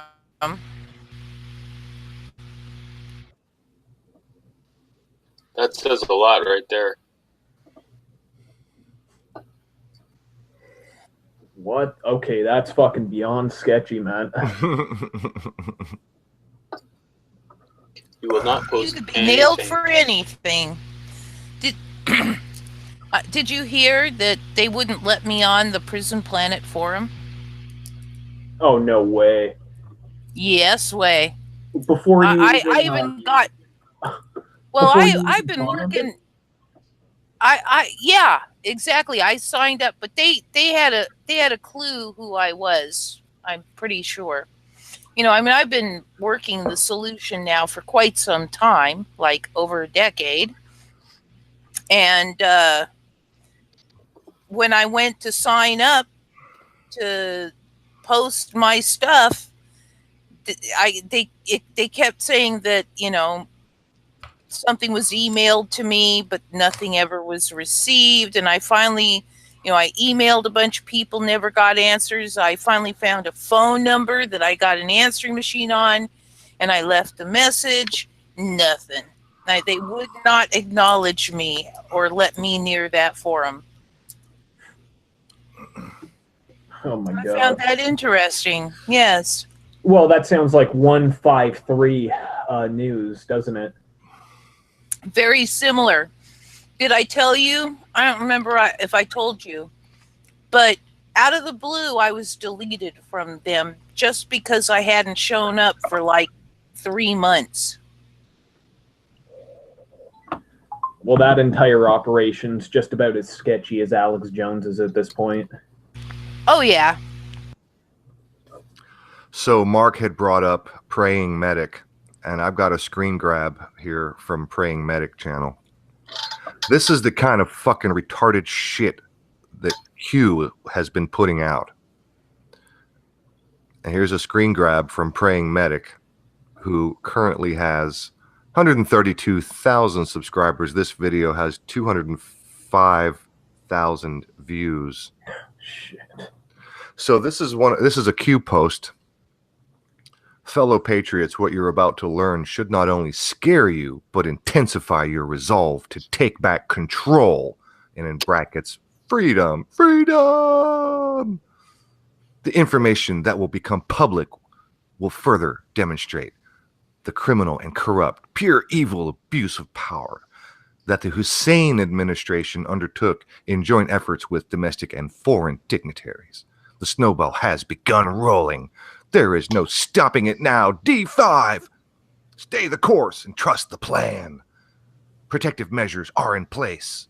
Remain brave. We knew this day would come. It's just kind of so insane. Oh, I'm sorry. So, Oh, go ahead, Global. Go ahead, Mark. yeah. So the two in tonight's video, I talked about Praying Medic and War Drummer. Okay, the one that just went up on my channel as we're talking here. So the Praying Medic, when I looked at Praying Medic, he's been around several years, but he's always been a Christian. He's been the Christian side of things. He's a believer in Christianity. But when you look at his most recent 4, he talks with Dan Duval here, and Dan Duval is from Bride Ministries, and Dan Duval's recently come under fire for promoting Luciferian and Satanism within his church, and he had 2 ladies that are doing a blog, and it's in my video now, and they're calling him out, saying that he's teaching satanic overtures in his church. Well, Praying Medic is with Dan Duval all the time, so that's one of the guys he hangs with and that does interviews with. But when you look at Praying Medic's history on Q, it didn't start until January 14th, and when he started it, what I said in the video was he started by doing QAnon for beginners type of videos, and then the posts from QAnon, and then he breaks them down. So when he came out on January 14th, he was talking about all these posts, and he said that he wasn't a believer in QAnon, and his wife was more interested in it, and then all of a sudden he started taking to it because that's what a true patriot has to do. But he's walking around saying he's a medic, but he was an emergency, an EMS medic. So that with the helicopter, that's just for his own propaganda, because he's not. He was a medic, but he said that he was brought towards the light because he started praying over people who were dying at accident scenes, and he said that when he got the power to actually bring people back to life, that's when he knew he could be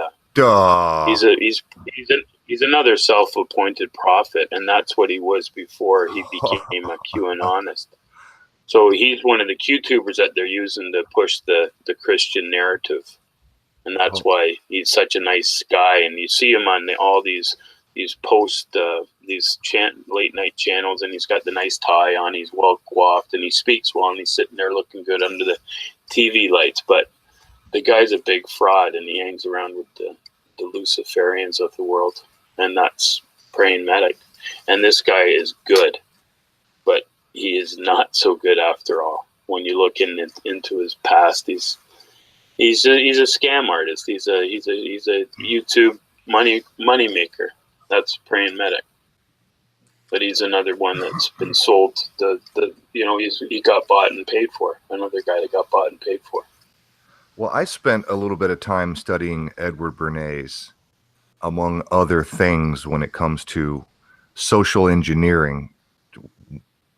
And when you learn about things like homophones, for instance, homophone, for those who don't know, it's not an irrational fear of gay people. It's words that sound the same, like WRIGHT, right, and right, RIGHT. Those 2 words mean completely different things, and yet they're phonic. The pronunciation is exactly the same.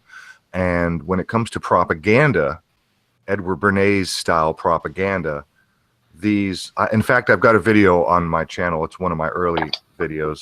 I think I reposted it on this new channel. This Harvard undergraduate was doing his doctorate thesis on homophones and how they can be used to influence people.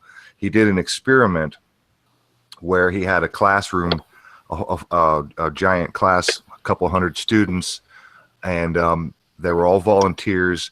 And the task was to write a somewhat of a long essay. And no, if I remember, maybe the essay, maybe it didn't have a limit. The task was, they told like half of the class, they told them to put their laptops directly in front of them, and then they told the other half of the class to move their laptops slightly to the right. Okay, so it was a little bit uncomfortable for them to contort their bodies a little bit because their laptops were a little bit to their right. And what he found was the students who had been asked to move their laptop to the right actually wrote more in their essay, despite the fact that it was a harder, less comfortable position to write. And it's because of the way homophones work in the mind. Okay. So they were asked to move their laptops to the right and then write an essay. And those are the students who actually spent more, they had more words, they wrote more in their essay. And so what I wanted to highlight here was the way this QAnon post is written, which is going to lead me to another question I have for you, Mark, and Gandalf and Amy, panel, whatever. The question is, do you think that QAnon is a group or an individual? I'm starting to lean towards a group. Oh no, QAnon is a group. It's not an individual. Yes. Never was. It was sold that way, and then if you, I mean, the crew on Comedy Central pretty well said the other night right off the bat. They go, no, it's not one person. It's a group. It's a group of people. So everyone thought at the beginning it was an intel. I mean, when Jerome Corsi came on board with Tracy Beans in January, they brought in Pamphlet and On's wife and Tracy are buddies. Obviously, they needed to reach out to somebody, and Corsi was the one they went and brought in January. And Corsi's the one that would come in and say that it's a military intel. That's who Q is. So everyone went, "Oh, Dr. Jerome Corsi is saying that he knows it's related right to the white the Oval Office. This person is totally the real deal. It's a high up military ranking officer." And that was Corsi's narrative right at the start. So then, boom, everyone was thinking, "Oh, we've got an intel." And then they had the picture outside the plane with Trump's signature. It was like the psyop was being pushed. The psyop was being pushed right away in January. They started bringing in their key players that would be pumping it out on YouTube, and Q was truly a YouTube invention. But don't get me wrong, there are big players behind this for sure. There was lots of money. I totally agree. And either Jerome Corsi is a complete fucking idiot, which I doubt, or he's completely full of shit. Either way, he's full of shit. Whether he believes what he says or not is irrelevant. Yeah. He's completely full of shit. I reluctantly, because I knew we were going to be talking about this today. Today, I reluctantly listened to a Jerome Corsi interview on QAnon. It's about 4 months old, and he said in this interview that he is almost sure that he knows who Q is, as if it was one person. Yeah. Well, that's how they promoted it, Aaron, right from the start, that Q was an insider, and now they've all just sloughed off. No, it's a group thing. It's a group. You know what? Well, you've lost your whole point on having an insider telling America that everything's okay, to trust the plan. That's what they kept. The best part, and then you've got. Oh, I was just going to say the best part of that whole Corsi thing was when him and Alex Jones were saying that they had back communications with QAnon himself. Yeah. That was hilarious. Yeah. So if I analyze this post, I'm not going to pick it all apart completely, but let's just read the first sentence again. What you're about to learn should not only scare you, but intensify your resolve to take back control. Now, if I just analyze that one sentence, what you are about to learn, and stop right there. That's a thought in all by itself. What you're about to learn. That primes the brain that something juicy is coming.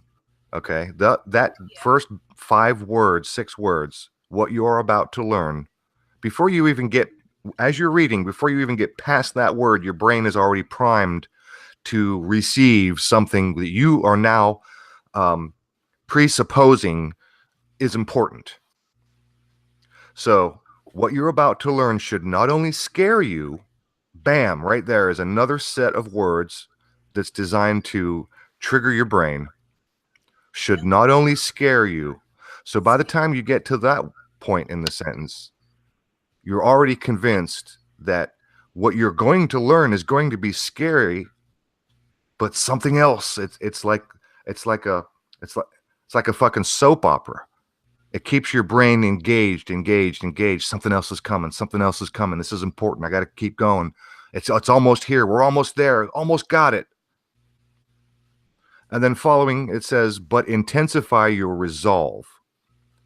Okay. How am I to interpret that exactly? Intensify my resolve. What resolve? We're just a bunch of dumbasses watching YouTube, listening to some jerk off on 4chan pretend like he has the plan to save the world. What resolve? The resolve to take back control. And how are we going to do that exactly? I mean, what has happened? Who's been arrested? Take back control, freedom, and control. Amy, you sound like you're talking from the other side of the room. Sorry, I forgot to put my mic down. I said freedom and control are 2 different things. I mean, they're diametrically opposed. So we're going to take back control at freedom? I'm not buying that right there.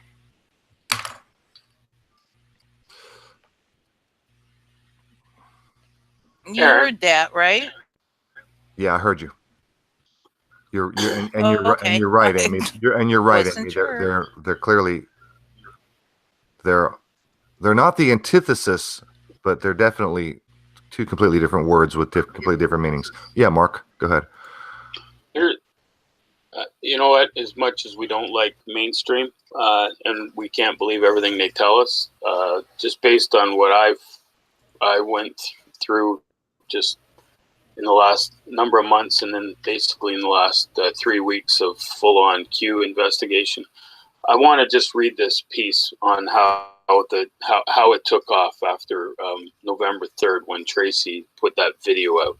Because Q had just posted on October 29th his first posting, and then she's asking, could this be happening? Okay, so here's what NBC had to say. Just give me 2 minutes as I read this. Okay. Yeah, go ahead. On November 3rd, 2017, just 6 days after the first 4chan post from Q, Diaz posted a video titled "POL Q clearance anon. Is it happening?" ? In which she introduced a conspiracy theory to her audience. I do not typically do videos like this, she said, but citing Q, very specific and kind of eerie post, she said. But citing Q's very eerie and kind of, very specific and kind of eerie, she says. Diaz explained that she would be covering the 4chan post, so effective November 3rd, she's in. Just in case this stuff turns out to be legit, because honestly, it kind of seems legit. That was her tweet and her post. That video, which has been viewed by nearly 250,000 people, made Diaz one of the earliest people to seize on Q posts and decipher them for a conspiracy-hungry audience. Diaz followed with dozens more Q-themed videos, each containing a call for viewers to donate through links to her Patreon and PayPal accounts. Diaz's YouTube channel now boasts more than 90,000 subs, and her videos have been watched by over 8 million people. More than 97,000 people follow her on Twitter. Diaz, who emerged from bankruptcy in 2009, says in her YouTube videos that she now relies on donations from patrons funding her YouTube research as she's the sole source of income. Diaz declined to comment on this story. Because I covered Q, I got an audience, Diaz acknowledged in the video that NBC reviewed last week before she deleted it. To reach a more mainstream audience, older people and normies who are on their own would have trouble navigating the fringe message boards. Diaz said in a blog post she recommended they move to the more user-friendly Reddit. Archives listing the three as the original posters and moderators show. So they're talking about the moderators from the 4chan, 8chan. They created a new Reddit community called the CBTS stream, the calm before the storm. That's after Trump's, the calm before the storm, short for calm before the storm, where the subscribers soon gathered to talk all. Their move to Reddit was key to QAnon's eventual spread. There they would be able to tap into a larger audience of conspiracy theorists and drive discussion with their analysis of each Q post. From there, QAnon crept to Facebook, where it found a new, older audience via dozens of public and private groups. The audience then started to head to 8chan to check out the original source and interact directly with the posts. Q posts moved from 4chan to offshoot 8chan in November. After a post claiming the original board had been infiltrated, 8chan became notorious for having no rules and even hosting child pornography. 8chan's owner's official Twitter account marveled at the influx of older, less internet-savvy visitors to the site, drawn by QAnon. We joked about it for years, but hashtag QAnon is making a reality. Boomers on your image board. Meanwhile, Diaz kept making videos racking up hundreds and thousands of views. Over the next several months, Diaz and the two moderators, and that would be Baruch and Pamphlet Anon, Baruch described Pamphlet Anon, picked up tens of thousands of followers on Reddit and YouTube and added even more moderators to their 8chan and Reddit boards. They also began to break into what might be considered the mainstream of the conspiracy world. Conspiracy theorist Dr. Jerome Corsi on InfoWars and an InfoWars editor and a best-selling author of books about the deep state had taken an interest in Q and was decoding the messages on Reddit. In December, Pamphlet Anon and Baruch the Scribe even made an appearance on InfoWars. Corsi has since disavowed the QAnon conspiracy and called the current Q poster a fraud, citing the supposed takeover of the channel by someone posing as Q in April. But last week, facing backlash from his base, Corsi tweeted that he supports the QAnon movement and its supporters' excellent research. And I posted that link earlier, and you can go and check that out. But I wanted to go there because we were just talking about how Corsi got involved. And he's the super chat king. His first 10 minutes, if you watch him, and you did, if you watched him during the QAnon prime when they were all getting cha-chings, his first 5 to 10 minutes of his video, he would just thank everybody in the room for donating. As soon as they gave him money, he mentioned their name and gave them love. It was sick to watch. He's just one. I don't know. There you go. I don't know if Freddie is still hanging around, but I want to say thanks to Freddie because he highlighted an interview with Tracy Beans and Sean from SGT Report. And let me see. I've got a note here somewhere. What did she say exactly? Here. Sean and Tracy Beans said that they both got a boost when Alex Jones featured their material. Tracy said to Sean at SGT, she said, "Thanks for helping her channel grow." And then she said, Alex played some, and then Sean said that he also got a boost. He was like, he said, "I appreciate that because I got the same thing when Alex Jones played some of his videos in the early days." And then Tracy piped up and said, Alex did the same for her.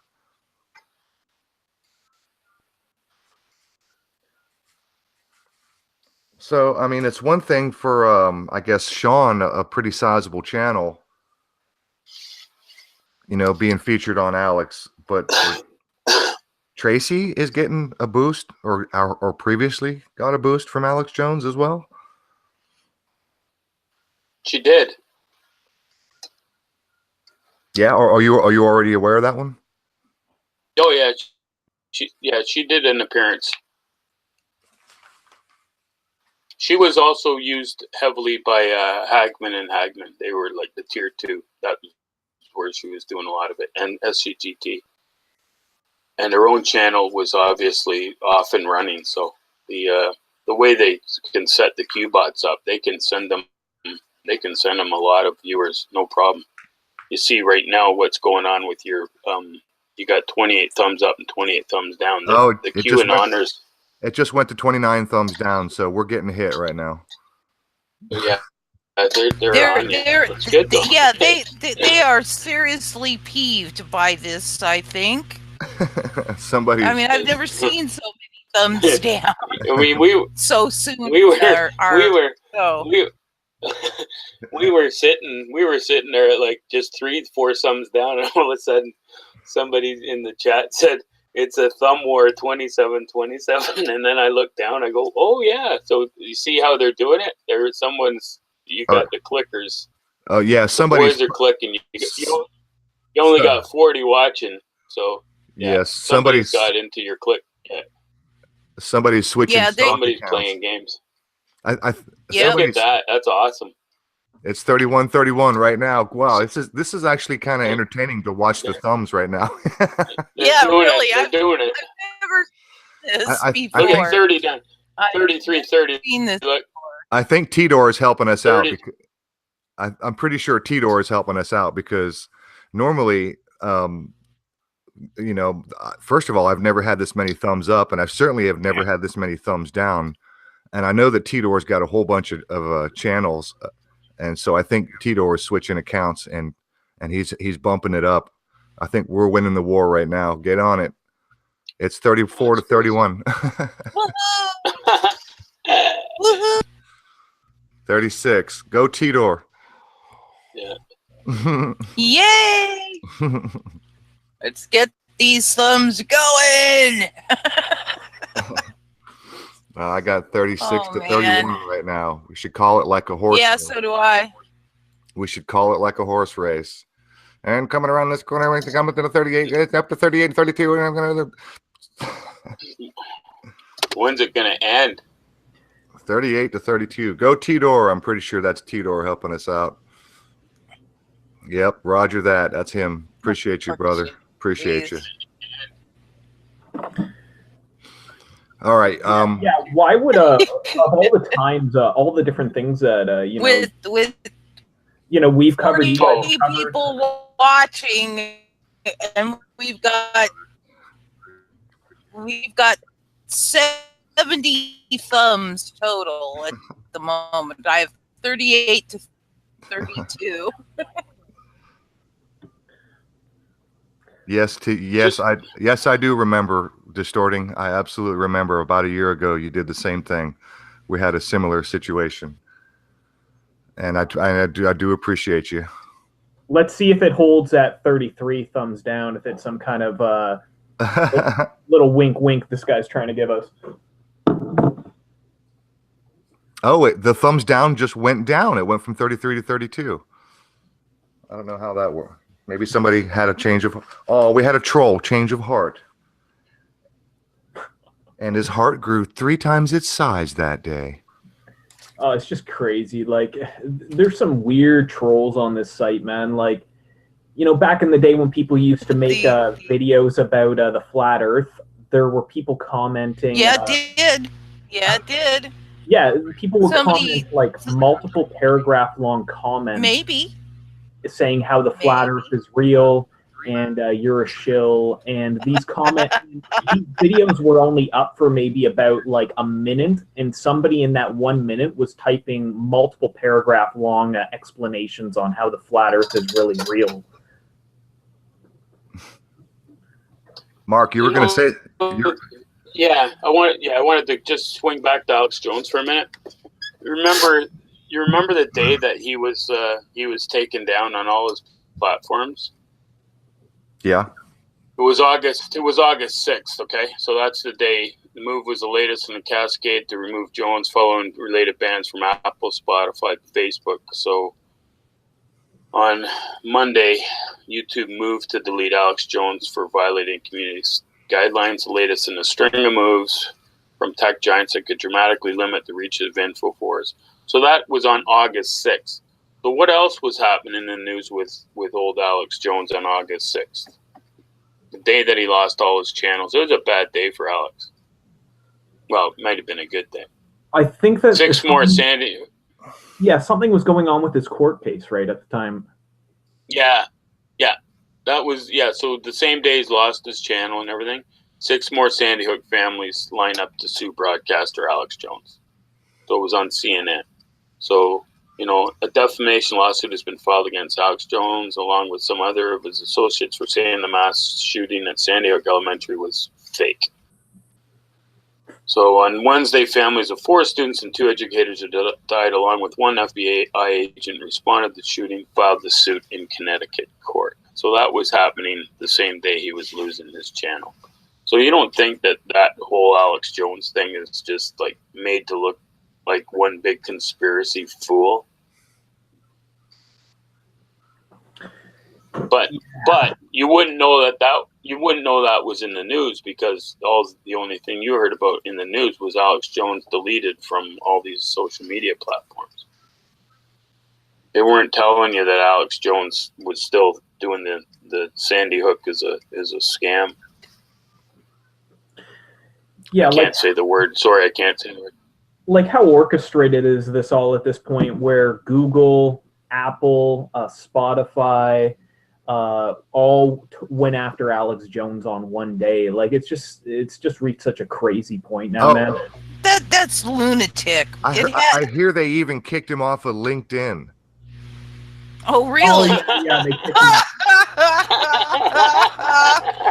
No, this doesn't happen organically. It just doesn't. No way. No, he didn't. Did he get kicked off LinkedIn too? He did. Yeah, that's what I heard. LinkedIn cut. It doesn't even make any sense, because you can't post shit on LinkedIn. What? That's awesome. Oh no! Oh, that one got me. Oh, Matt Friday Night Laugh. Matt Diamond says AJ was banned from Pornhub too.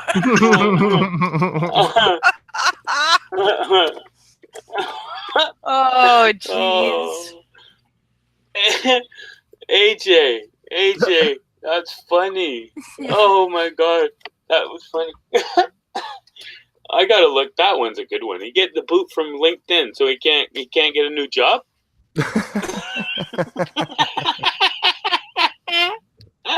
He can't get his resume out. He's gonna have to fill out a resume by hand. That's cold. I mean, they lined up to take him off all these sites. He agreed to it. Of course, I was telling Lady Zaga in the chat there. He got the handshake and the manila envelope. He got Soros sorry ass money. That's what he got to disappear. Wow. So, shout out to Nana. Shout out to Nana. So Q is obviously more than one person. Q is obviously highly intelligent. Almost to the point of being scary, because of the way I was breaking down that last little post when I was screen sharing. It's so Edward Bernays to me. It is so craftfully written with the most clever phonic type. Do you know what I'm trying to say? It's psychological manipulation. Yes, thank you, Amy. Very well said. Exactly. So there's another interesting aspect. I don't know if you can hear me. My CPU is up. I heard that, but you're kind of still cutting in and out a little bit. Q seems to read the replies. He seems to almost read all the replies. And let me see. There's a actually, I might want to break down this video. It's a short video, and it's a praying medic video. It's Q for beginners, if you guys are interested in that. Let's see how much. It's 9 o'clock. How much time do you need for your presentation, Mark? 20 minutes. Okay. Aaron, make sure the one that you're showing is the one that I have on the video I'm playing now. He did two. Okay. I'm just going to. Well, QAnon made simple. I want make sure it's the January 14th one. That's the beginning of his when he started getting into it. But play the one you have if you want to just throw it up there. He's done two. Okay, I'm gonna pull it up and then you can tell me if it's the one you're thinking of.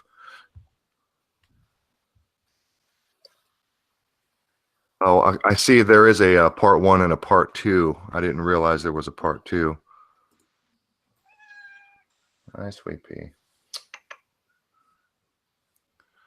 And my computer is running slow. It's not wanting to open this up right away. Well, I think you can hear me now because my CPU is back down again. It all right. goes up. All right, Mark, you tell me. I found this video just the other day while kind of getting my head in gear for tonight's show. Let me Is this the one you're talking about here? Baldy. That's the second one, right? So that's the well, it says part 1. Right? He's done another one because he did a very first one in January. That's when he jumped in. This is 2 months ago. This is a follow-up one. So all right, well, that's not the one you can play that one. Go ahead. Yeah, I was gonna say it's only like the one I used is he's explaining how he got involved in Q because his wife was involved, and then he started paying attention to the Q boards, and then it got him interested. That's what for beginners, and then he started breaking down. But yeah, let's hear what he says here. He's promoting furniture. The Landers set up in minutes and come with a free smartphone app. The Lander is entirely made in the USA. Hi there, my name is Dave, but you may know me by my pen name, Praying Medic.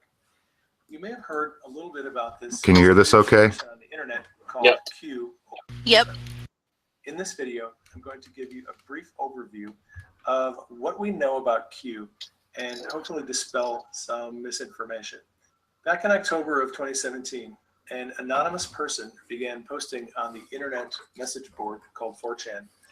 The interesting thing about posting on 4chan and 8chan is that you're given a unique alphanumeric ID, but it keeps you anonymous. You're not given a name or anything. So when you post on those boards, no one really knows who you are.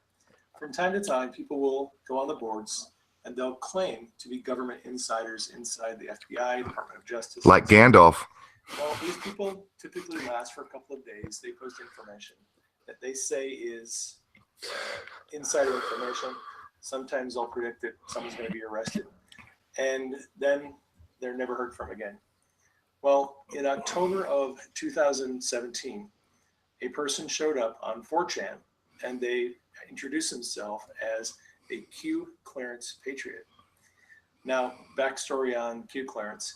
It is a very high-level security clearance. It's issued by the Department of Energy. Q has never claimed to work for the Department of Energy. They just introduced themselves as a Q clearance patriot. So this person has been posting on 4chan. All right, I'm going to stop it right there. Now, as this guy says, the Q poster has never claimed to have any affiliation with the Department of Energy. And yet the Department of Energy does, in fact, have a very high level of clearance that they call Q clearance. What do we make of that? Good question. Well, it's a contradiction because Q is supposed to have the utmost highest security clearance, right? That's why it's Q clearance. So disinformation. These guys don't read from the same script all the time, unfortunately. They're not plugged into the AI system like the mainstream is. That's a joke. Well, I think it's kind of odd, just that whoever is posting on the 4chan, 8chan boards would use that moniker of Q. Now, most people, I think, who are at least familiar with, Star Trek, are familiar with the character known as Q in Star Trek.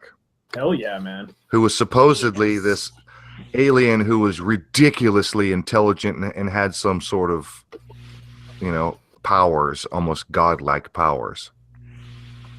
Mm-hmm. Well, Q operated from the Q continuum, which was a reality or a dimension, like I think it was the 6th or 7th dimension, where they could interact with our lower dimension. Well, you guys know me, and I like etymology. Q actually is a German word. It comes from the German word quell, which means source.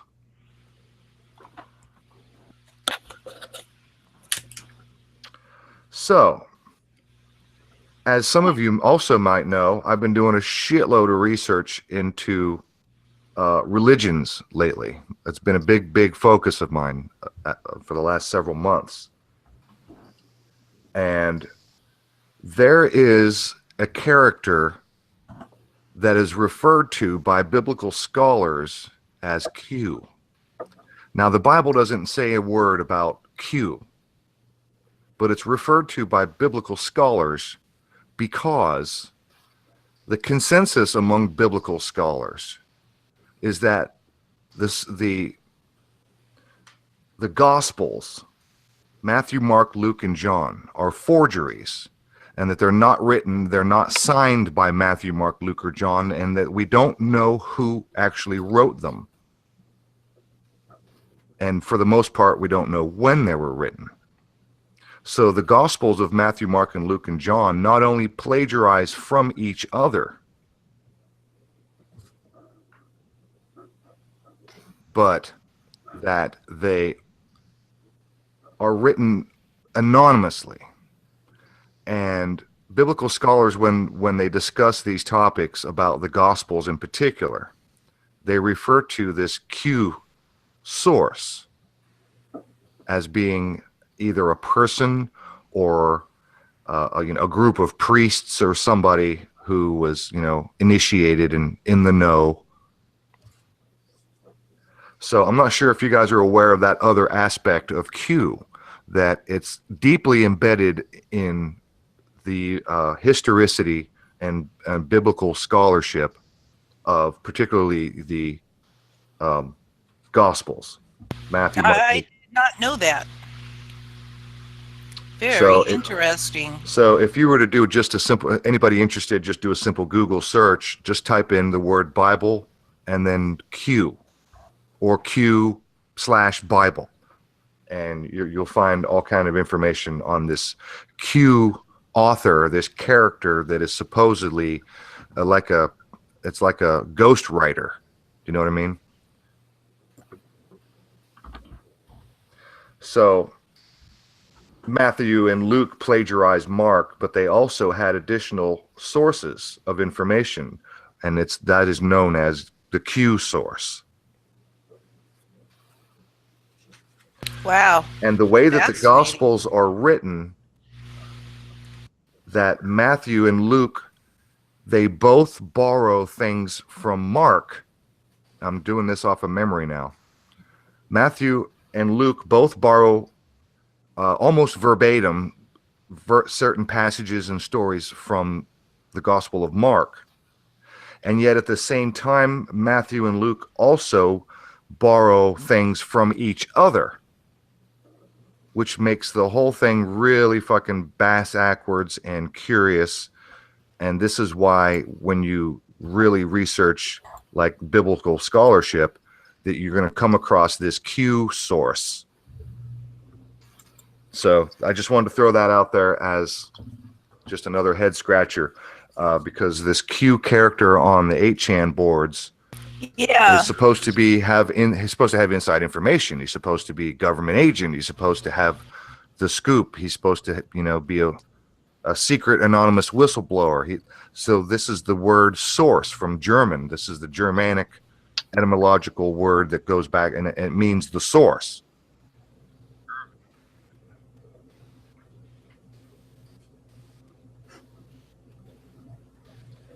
Mark, you weren't here a couple of weeks ago. Gandalf and I broke down. I'm going to go ahead and change the subject, get off of the Bible stuff. I'm sure they chose Q for a number. Amy, your connection is still not so great. Yeah, I'm aware of that. I mostly heard what you said.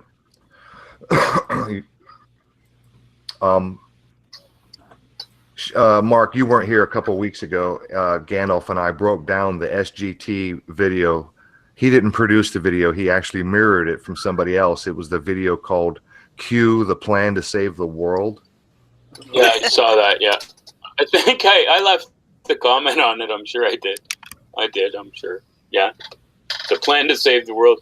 Go ahead. I got to go back. I got to listen to what he said about that one.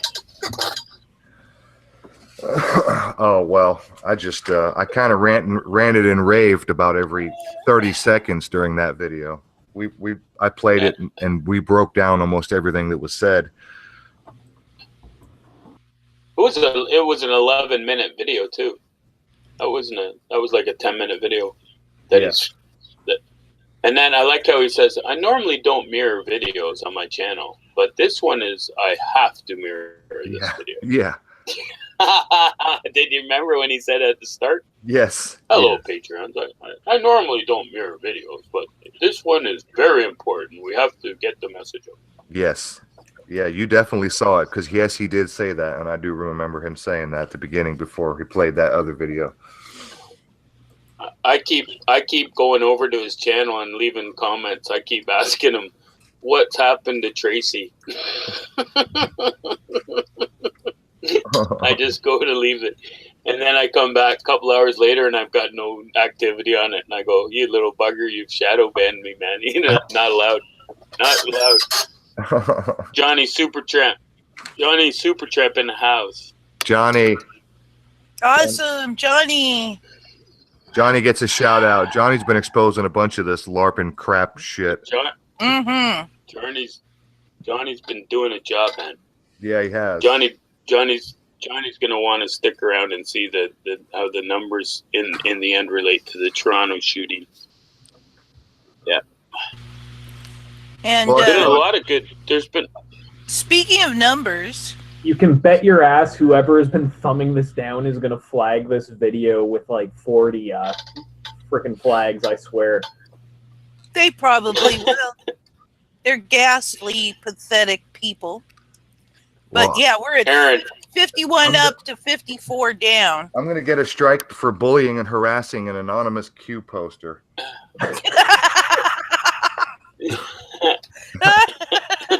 hey, Aaron. Yeah. Aaron, remember when we did remember right after the Douglas shooting? Mm-hmm. We had to remember we did that expose and we had to pull it because we were gonna get smoked on that one, didn't you? Didn't you pull that one before it got this right when David Hogg was everyone was getting struck down? They were talking about Hogg. Everyone was getting a strike, and didn't we say we better pull that one? Or did you get a shot? Did you get a strike on that one? I pulled it. No, it was my actually my David Hogg video, and it's not even my video. I mirrored Anthony 2B video when he found David Hogg actually acting in an actual movie. Yeah. And then David Hogg was on CNN saying, "In no way, shape, or form am I an actor." And then Anthony 2B was like, "Oh yeah, well, what's this?" Yeah. And there's that movie called his school produced called Lone, where he's He's literally a fucking actor in an actual movie that they produced.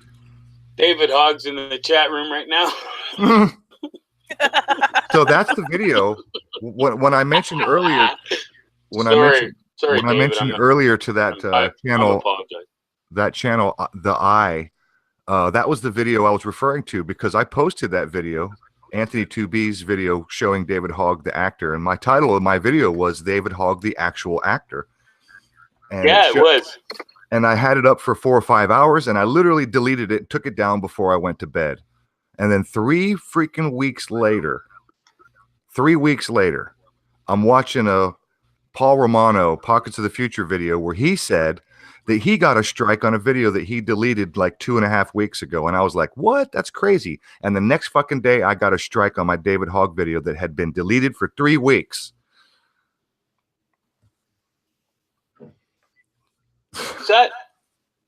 Was that your first strike on that one? On that one, what, this channel? Yeah, did that one give you your first strike? You weren't able to live stream on that. We were live streaming on. I think I already had a strike. It gave me my second. It gave me my second strike. Yeah.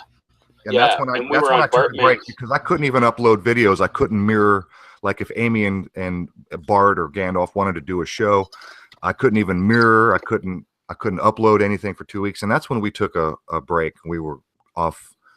We didn't do shows for like a month or so. All right. So we were also talking about that right around that time.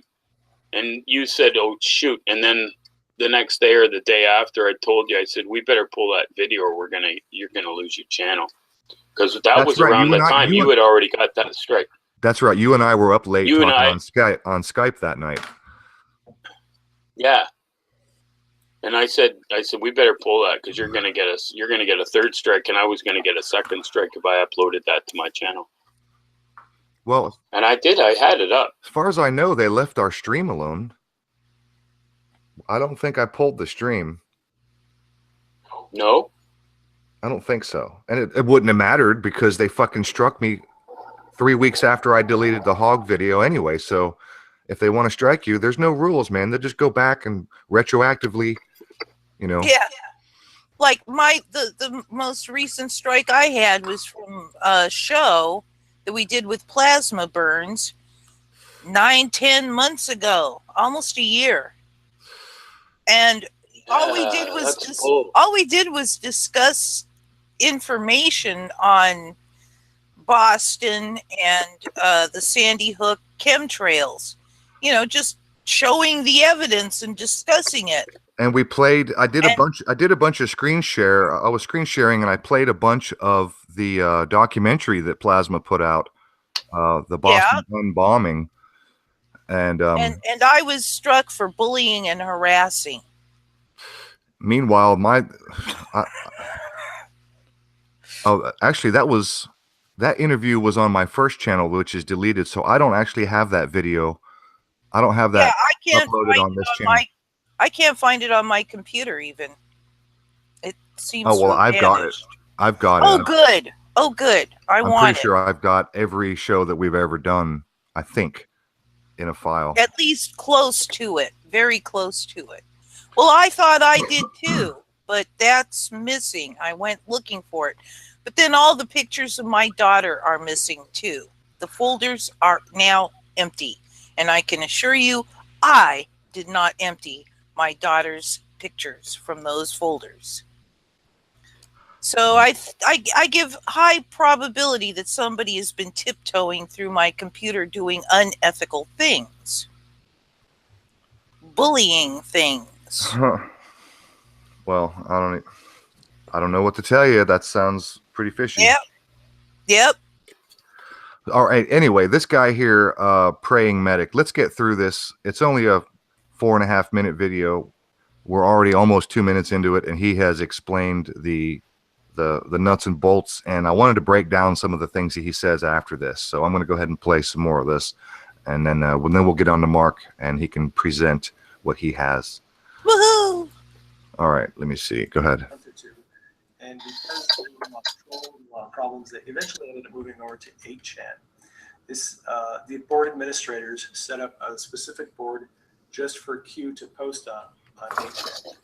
So Q has posted on several different boards over the length of time, but Q has also given some pretty convincing evidence that Q is the same person posting today that was posting back in October of last year. Unlike a lot of people who show up on 4chan and 8chan, they're insiders, but are gone after a few days. Q has been posting consistently for 8 months, and Q seems to read almost all the responses to the things that he posts. Q often replies to the anons on the board. Sometimes Q will ask questions for further research. And speaking of research, part of Q's mission is to ask us to do research on a variety of different subjects. You don't have to be a researcher to follow Q. There are plenty of people that are doing research. I happen to be one of them. My role in the Q movement is I take screenshots of the things that Q posts on 8chan. I will take the images, I'll post them on Twitter. I will include links, some text, comments, and observations that I made. I'm going to stop it right there for a second because I want to touch on what he said a second ago, where Q asks people to do research. And this is where I get the phrase that I have coined. I've been saying this for a year and a half now, breadcrumbs for truthers. This is where our masters, our social engineers, are intentionally injecting things into our little truth research community and giving us empty rabbit holes to go bury our heads in and chase our tails. So when he says that Q is asking people to do research, by research they mean watching other QAnon YouTubers. for the most part, that's the extent of most people's research.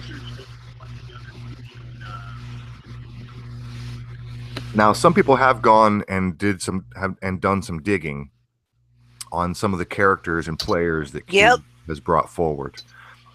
And then, of course, they post videos, and then other people watch their videos, and they call that research. But it's watching someone else do at least some rudimentary research. My question is, who the hell... Maybe I should rephrase this. My question is, does anybody feel like they're being led by the nose? If you're like a legitimate, because I think we had somebody in the chat who said that they were 100% on board with Q, and I forget who it was. If anybody is anybody a real legitimate research into Q, do you feel like you're being led by the nose? Do you know what I mean? Because that's, holy shit, look at the thumbs, 53 to 55. Pretty amazing, huh? Wow. I think Tidor might be out of channels. 53 up. That's pretty damn amazing. I think some troll gathered troll buddies together to use all their socks to make these thumbs down ridiculous. It's crazy. Johnny says he thinks Q is Cicada 3301. And by the way, you know what?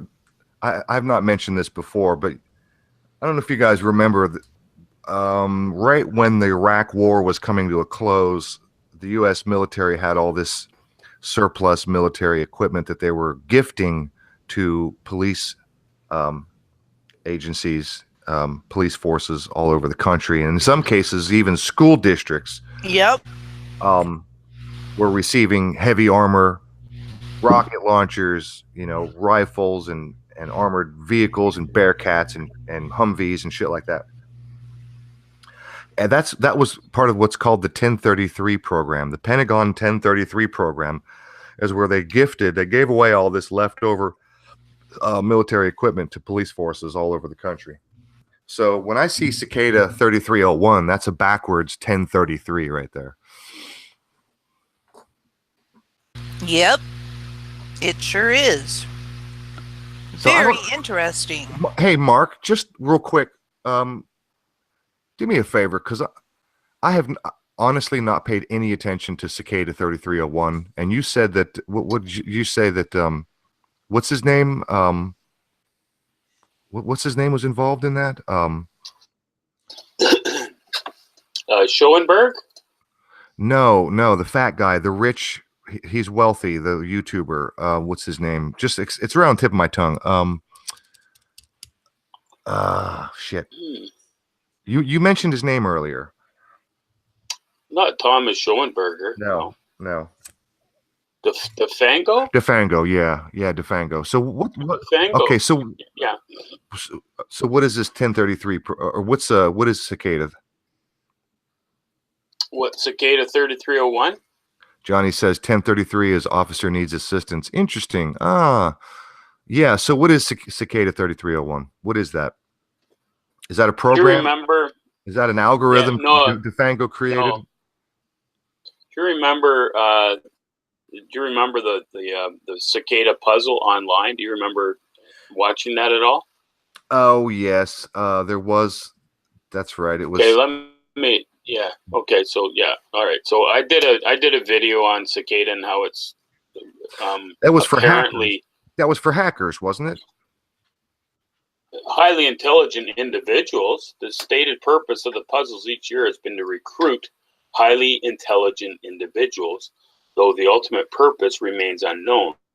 Some have claimed that Cicada 3301 is a secret society with a goal of improving cryptography, privacy, and anonymity. Others have claimed that Cicada 3301 is a cult or religion, according to statements of several other people.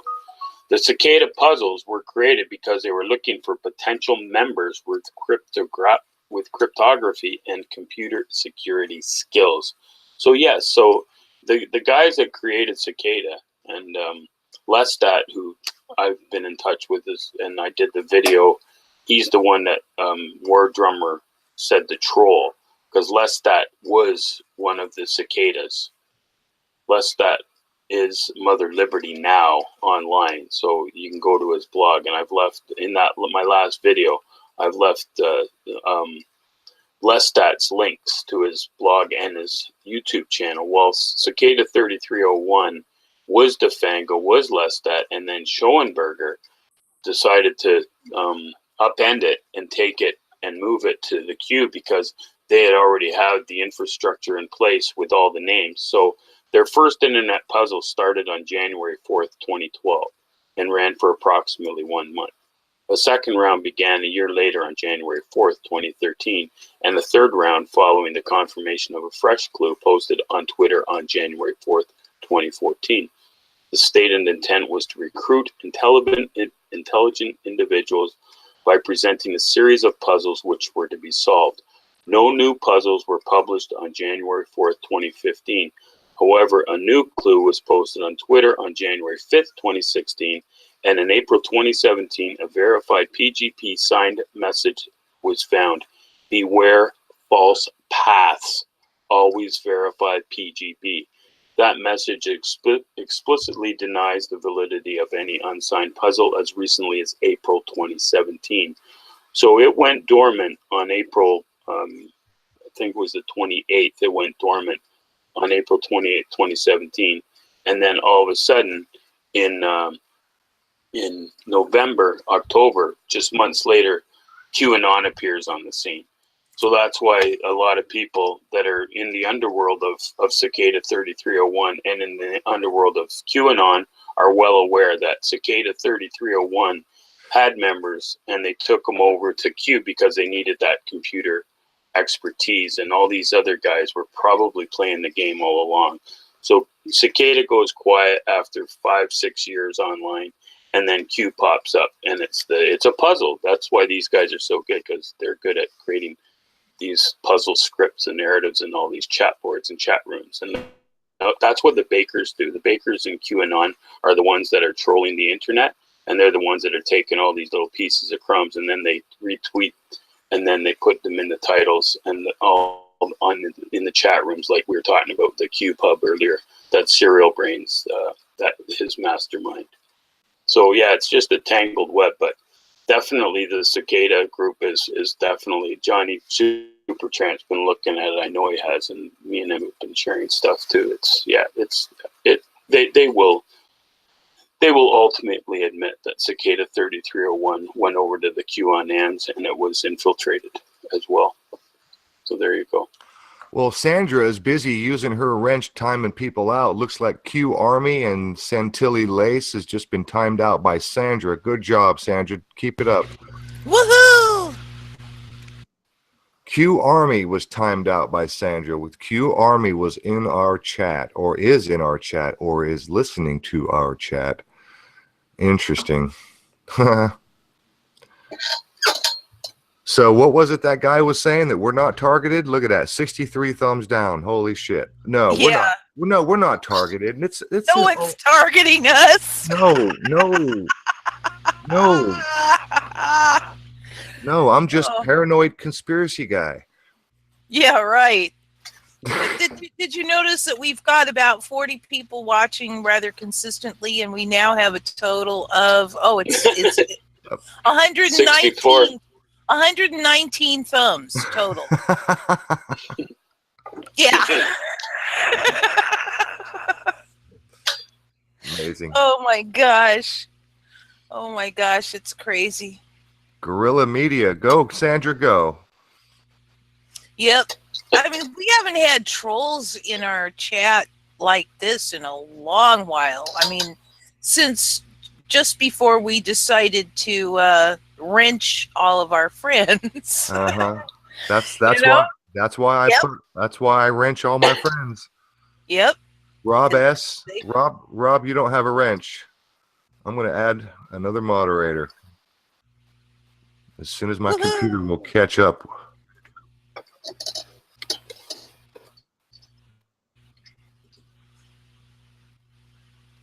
Rob S., you got a wrench. Okay, where were we? Mark, let's see. We're at 9:30 right now. You got 25 minutes. It's your turn, buddy. The floor is yours, my friend. I'm just telling Johnny Supertramp that the numbers don't lie, my brother. Hey, oh shit! I was screen sharing that whole time. That's right. You were. That's why Johnny was asking who the bald-headed Freemason. Oh, that's praying medic, the bald-headed Freemason. Yeah.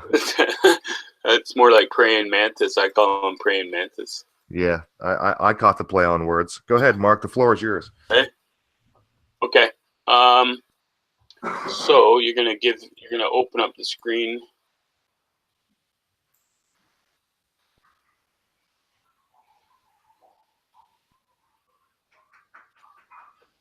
Dorian, you want to open up the screen for me?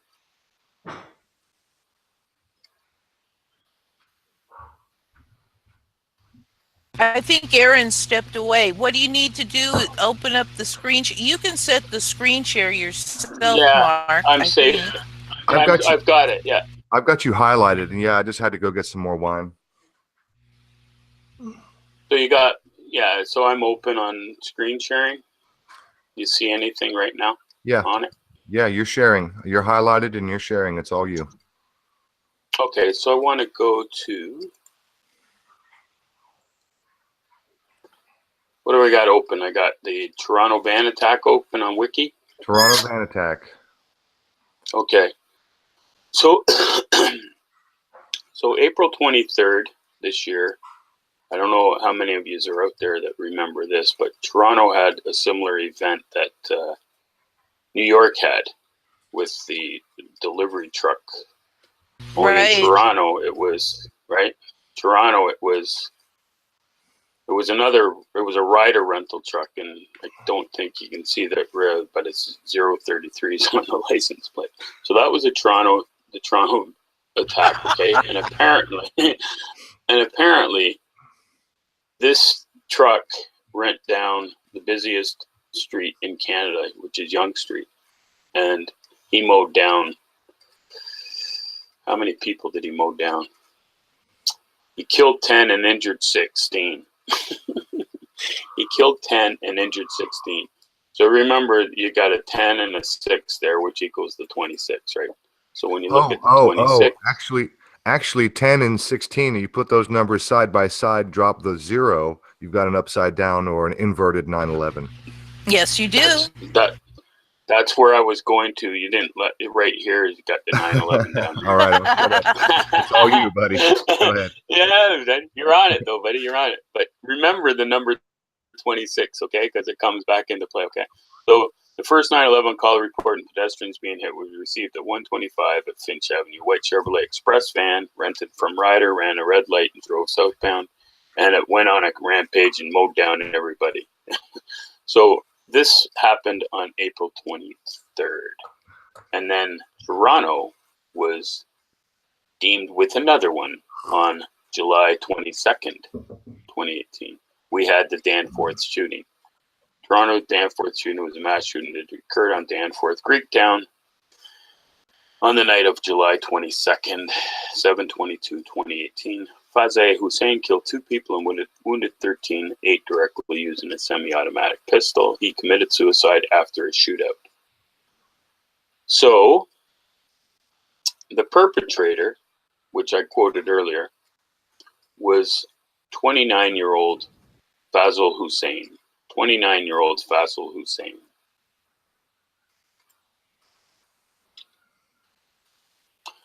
Note found near truck claims Manhattan attack done for ISIS, court source says. So the New York rental truck attack, 8 people were killed and almost a dozen injured when a 29-year-old. You see the similarities there? And he's from he is from Uzbekistan. Seyfullo Habibalabek Psyopath from Uzbekistan, 29-year-old. 29-year-old. It must be a thing about turning 29. Yeah, and 26. Yeah, and 26. Yes. So, funerals held for Danforth shooting victims Juliana Causas and Reese Fallon. PM Trudeau attended funeral of Fallon, 18, who along with Causas were among 15 shot on Danforth Avenue. The craziest story about this shooting in Toronto is one of the girls, the 18-year-old graduate from Toronto's Malvern Collegiate Institute, was weeks away from starting nursing studies at McMaster University. My second oldest sister works at Malvern Collegiate. Really? And she has for 30 years. Wow. My youngest sister, Wendy, as you well know, is awake and wide awake, not my Malvern Collegiate sister. I wanted to ask her the other day, did you ever see her? When did she start at the school? And I haven't. I still don't have that information, and I want to know. But my sister, it's the old saying, you know, everyone says, "Oh, my cousin was in that San Bernardino shooting. I know somebody." Well, I know somebody that apparently was at the school with this girl here. I don't know. I'm gonna have to ask her. This girl here, the young girl, Causas, Juliana Causas, is how we're gonna end this video. So I'll fast forward to the dates. So the shooting or the van rampage happened on 4/23/2018, and the shooting happened 7/22/2018. A total of 91 days. 91 days apart. Oh, that number just keeps coming up. It does, and let's have a quick review of it now. You have a reverse. The New York was 91. There's the reverse of all those clips you used to see. All you saw was the 19 or the reverse 91, right? You'd see that it was heavily coded. Okay, if you recall, we had the Harvest Route 91 festival. Of course. Yep. Right. Okay. And then wasn't that the same? The Queen had her 91st birthday that year. Yep. Yeah. Yeah. Oh, yeah. There was 91s just all over everywhere. It was big time coded, and even the Super Bowl previous. I know I made fact that when I was looking at their on stage, all their acts, the greatest ever Houston Super Bowl, I saw 91 Texas acts, and that so brought me back to my. They've taken my pictures away, but it brought me back to that Harvest 91 festival, right? So that was flagged as well for me. So we got the 19 and the 91. 91 days between the accident. July 22nd, if you recall, what was happening, huge happened July 22nd. Norway is the victim of a twin terror attacks. The first A-bomb blast targeting government buildings in central Oslo. Second, a massacre at a youth camp in Utoya. So the same day that Toronto had their Danforth shooting, Norway had theirs, July 22nd, if you recall. The attacks claimed a total of 77 lives. So the Norway attacks happened on that same day. Toronto gun control, all of a sudden the debate pops up, and they're debating gun control in Toronto.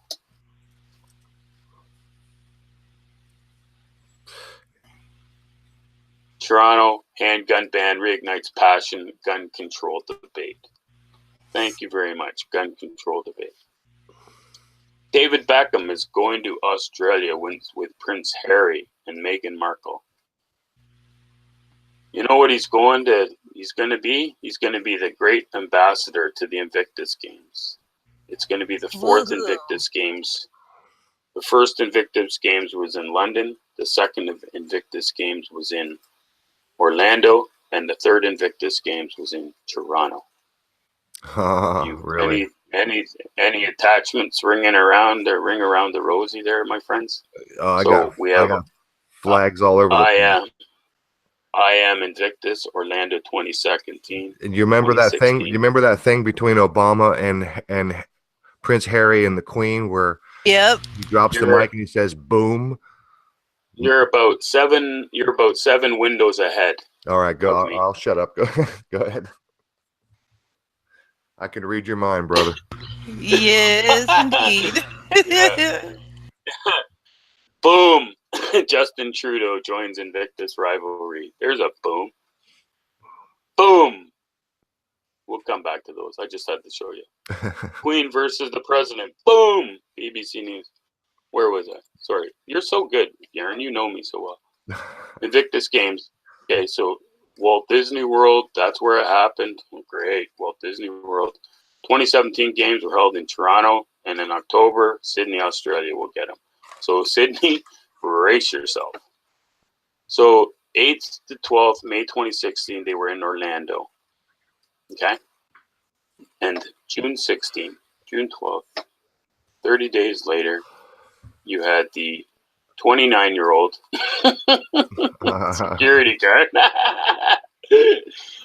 Oh, they're always 29, aren't they? Killed 49 people and wounded. So that was a mere 30 days after the Orlando Games, which is for the Wounded Warriors and which is put on by Prince Harry. You had the nightclub shooting. So from Toronto's closing date, so Toronto hosted last year's from September 23rd to September 30th, they hosted the games. So from the end of the games to the first attack in Toronto, 206 days. Eliminate the 0. What are you're left with? 26? Where did we see the 26? 26 again. We got another 26, okay? So what is 26? 26 is God. 26 is dog, and it is the year of the dog. Don't we know it, Philadelphia Eagles? And we also have a reversed queen. So when we have Prince Harry boom the queen, we all know they did that before the 2016 Invictus Games in Orlando. With a little help from her grandson, the Queen has dusted down her acting skills once again, this time for the Invictus Games for injured servicemen and women, which begin in Florida next month. Quite close. Message. Very amazing. Did we like to watch it together? Yes. Let's have a look. Prince Harry, remember when you told us to bring it at the Invictus Games? Careful what you wish for. Oh, really? Please. Boom.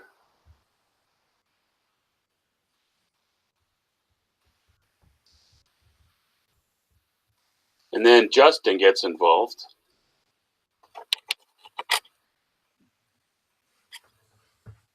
Oh, hey, I just thought I'd show our friends in the US and the UK how Canada brings it. Message.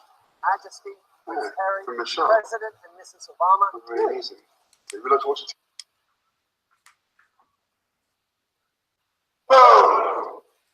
Orlando, Invictus Games. Canada's ready. Oh, hey, I just thought That's enough of that.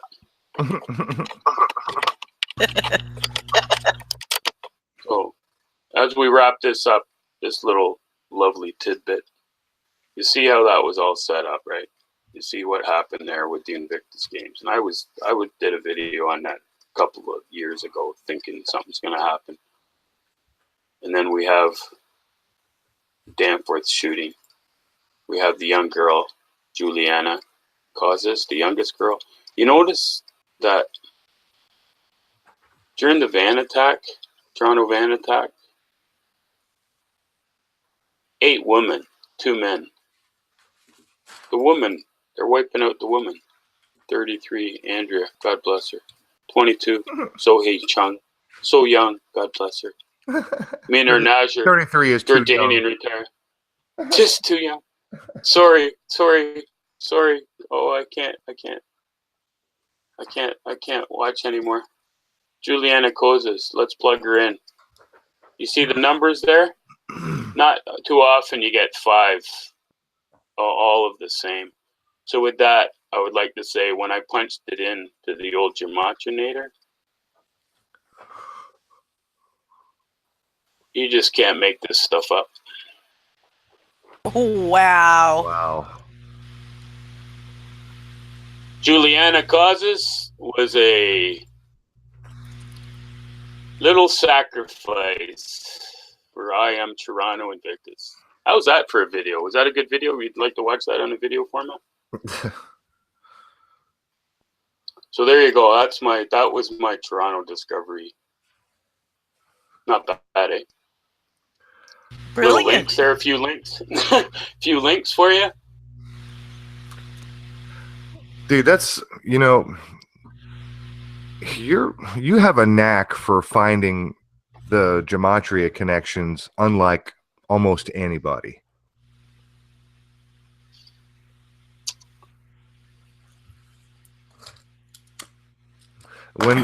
When those numbers line up with 4 and sometimes 5 ciphers the way that you show, I can't off my head think of anybody who finds those kinds of connections. Well, I think that match button helps. Yeah, it does. You just Large. click that. Nice. And it tells you what matches in all the ciphers you've got showing. Yeah, well, what I'm saying is there's a lot of people that are breaking down gematria in all kind of different ways, and they're showing plenty of interesting and obvious connections. But the way Mark presents it, or the way he, or maybe it's just the specific connections that he's uncovering. I mean, honestly, I love Johnny, and Johnny's great with numbers. But I haven't seen anybody but Mark show, look, this matches this with 5, 6 ciphers, 4 ciphers, 5. These all match. It's not just, look, I got a 99 in Jewish on this name, and I got a 99 in Chaldean on this other name. And so they kind of match. And it's like, okay, it's interesting. It's, nothing spectacular. But when Mark lays it out, it's like, look, we got 5 matches on this name, and 5 exact matches with the same ciphers on this other name. Yep. And Aaron, I didn't check out every one either, but the more you plug in, the more it's going to come up the same. I mean, You know, that's so coded. That just blew my mind when I punched that in, and I could just keep punching more numbers in, and they're going to be the same ciphers in Invictus Games and the young girl that died. But yeah, it's pretty crazy. But you know, everything's working on algorithms and numbers and AI. It's all interrelated. I truly believe that. One more photo, Aaron. I'm gonna just take back the screen, I guess. You're still highlighted. It's all you. I gotta go. Am I still highlighted? I didn't come out yet. Well, I mean, I don't. You stopped screen sharing, but I still have you highlighted. Oh, okay. So yeah, okay. I'll screen share this. Share. I want to share this. You got it? Yes. You got Harry? Oh yeah, look at him hold his blazer. Weird. So the day before the games started in Toronto, Melania was here as the U.S. Representative for Trump, and Harry was there, of course, with Trudeau.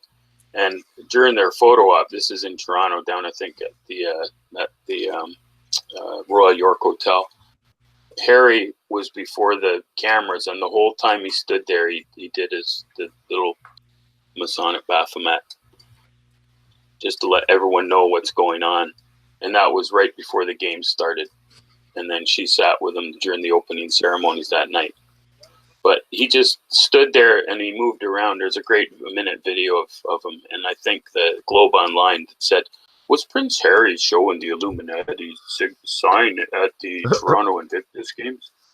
So it's like, there you go. So you can No, take that's me just off comfortable. No, I just do this because it's comfortable. Yeah. Right. So It's comfortable. Mark, did you ever see that video of Harry when he first introduced Meghan Markle to the world as his fiance, and they come walking out of their little chateau, and there's cameras, and they stop briefly and they answer a couple of questions, and Harry, his mouth is, he's mouthing the question that's coming out of the reporter's mouth. Oh, really? No, I didn't. Really? You haven't seen that? That's a good one. You got to set that up for me. Holy shit. I don't know if I could find it I've only a few minutes before we're going to shut down here. We could always do overtime, but, and I mean, I'll look for it. Give me a second. Let me see if I can search this. I got to open up a fresh tab, and my Lady computer. Zag is saying that that Harry was living with Merkel. Meghan in Toronto. Markle. Yeah, in Toronto. Let me see if I can find this, dude. If I can find this, I would love to show it on the show here, especially if you haven't seen it. This is going to blow your mind if you have not seen this. Let me see. Let's try Prince Harry.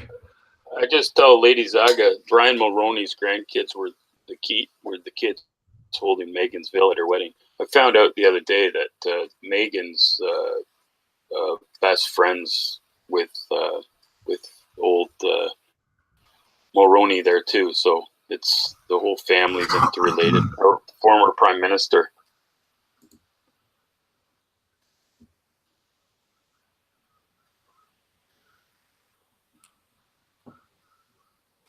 Mulroney is royal blood, blue blood. Speaking of blood, blue blood.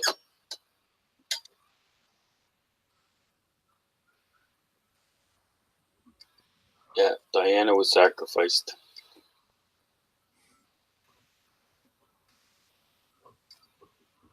It's not popping up. I'm going to have to try a different search term. I wonder if anybody in the chat, just curious, anybody in the chat seen the video I'm talking about where Harry and Meghan walk out and they answer a few questions, and as the reporter is asking the questions, you can see Harry's mouth move as though he was asking the question. It was like he knew exactly what was going to be asked, and he was almost, you know what I mean? He was like speaking it as it was being asked by the reporter. It was fucking bizarre. It doesn't surprise me at all, man. Shit's all scripted for these people, so they're not caught off guard at any time, right? They got to come off looking royal at all times, man.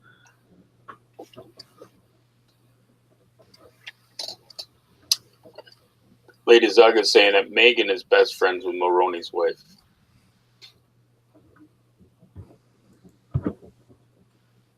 Ben Mulroney, the youngest Mulroney. Like, we're talking Brian Mulroney, right? Yeah. You're talking, and Blue Blood just said he's royal blood. You know, Mulroney for sure.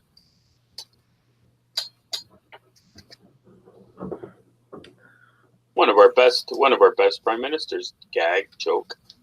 Well, I don't know, man. Who are you voting for in 2019? You don't vote, bro. It's all picked. Anyway, it's a waste of time.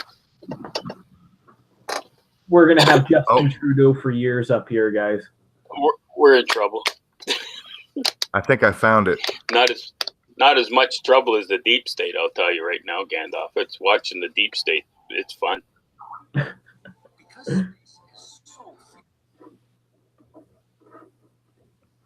All right, this is a 13.5-minute video. Let me try to find this. Sorry, man. Let me try to find the spot.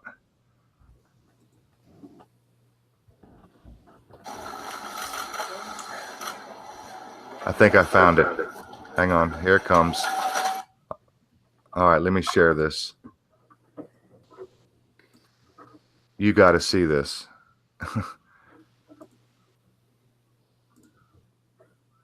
Oh, we lost. Amy fell off. Amy's gone into Chrome isolation. Amy's gone into Chrome isolation.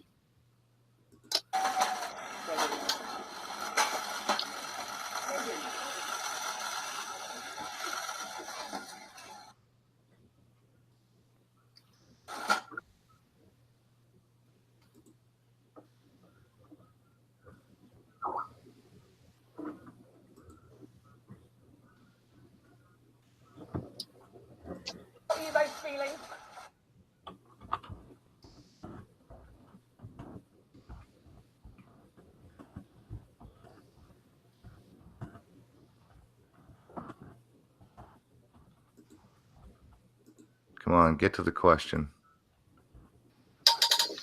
There we go. And Megan, how are you feeling? And tell us, how did you propose? Watch his mouth. Was it romantic? Right there. Did you see that? Was it romantic? Was it romantic? Was it romantic? Did you see that shit?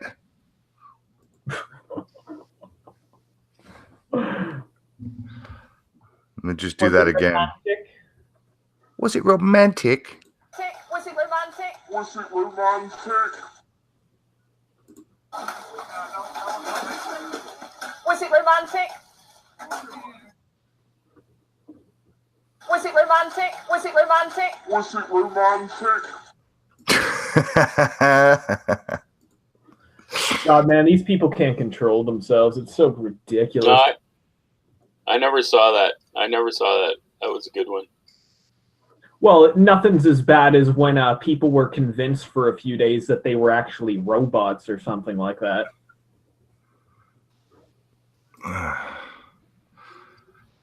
Hey, did you guys hear about that where they both came off looking like robots and it was just... Oh, God, it's so ridiculous. Doesn't surprise me, though. Gandalf, eh? It's like surprise me that they've got... It's like they're being interviewed and it's like at like some concert or something like that and they both are like they're both robots. Like robot versions of both of them.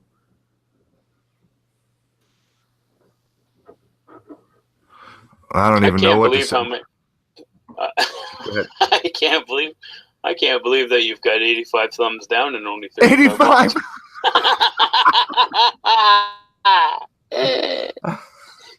Aaron, I have to apologize for bringing all the nastiness to the chat. I think it's I think it's we put in QAnon in the title, and the Q-tards have arrived to thumbs this shit down. Because it's a live stream, that's why.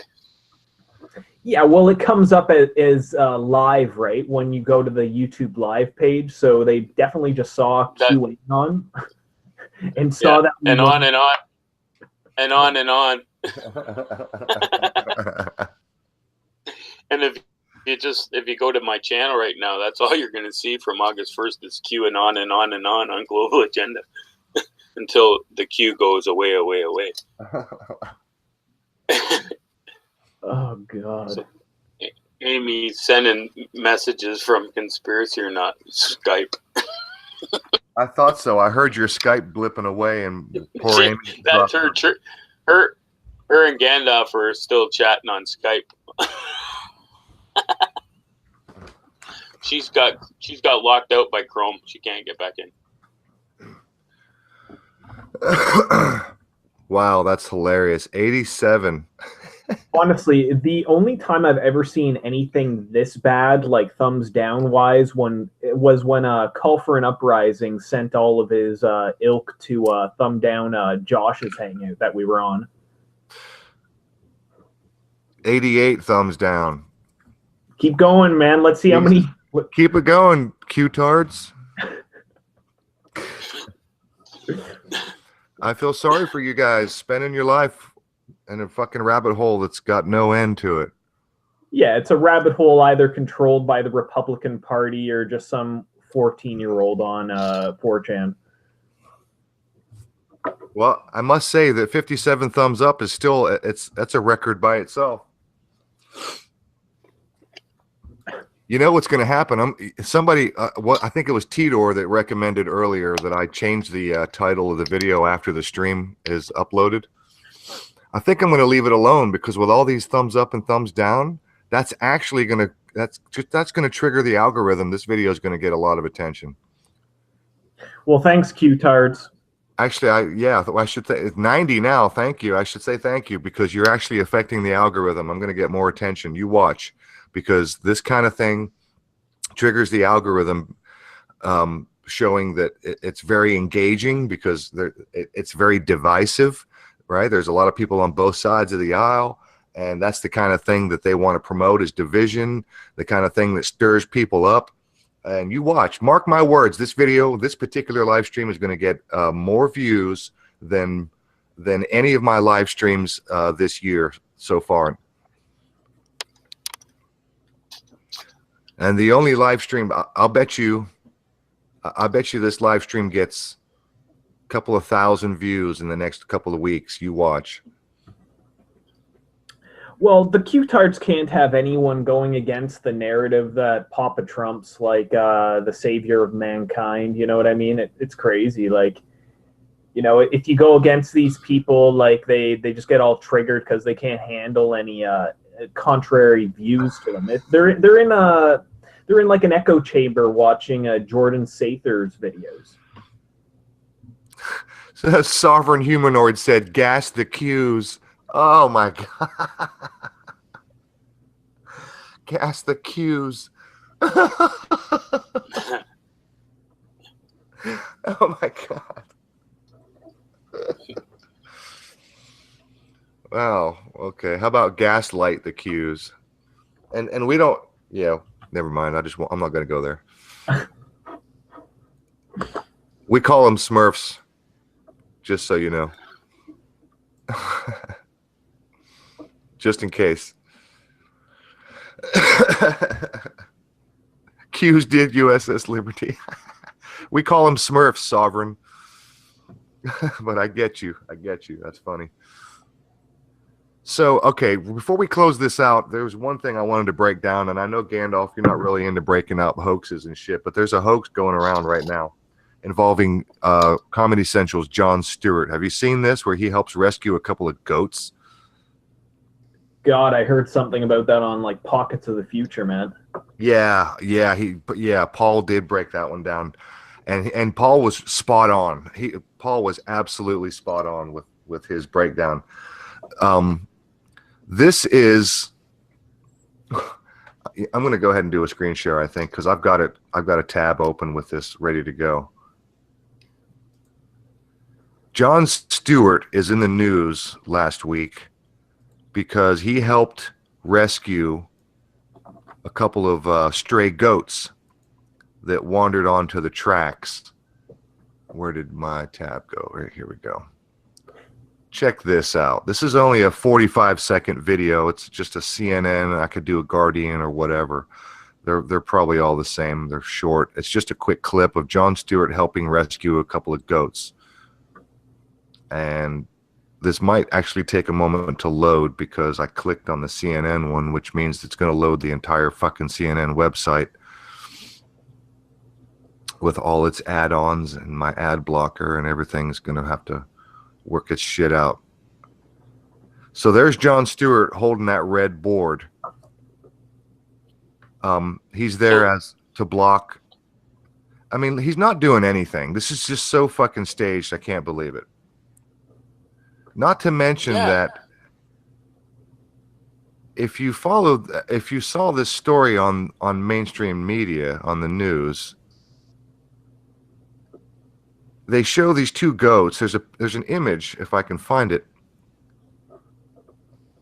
Video playback not supported on your browser. Bullshit. It's going to play. You're lying.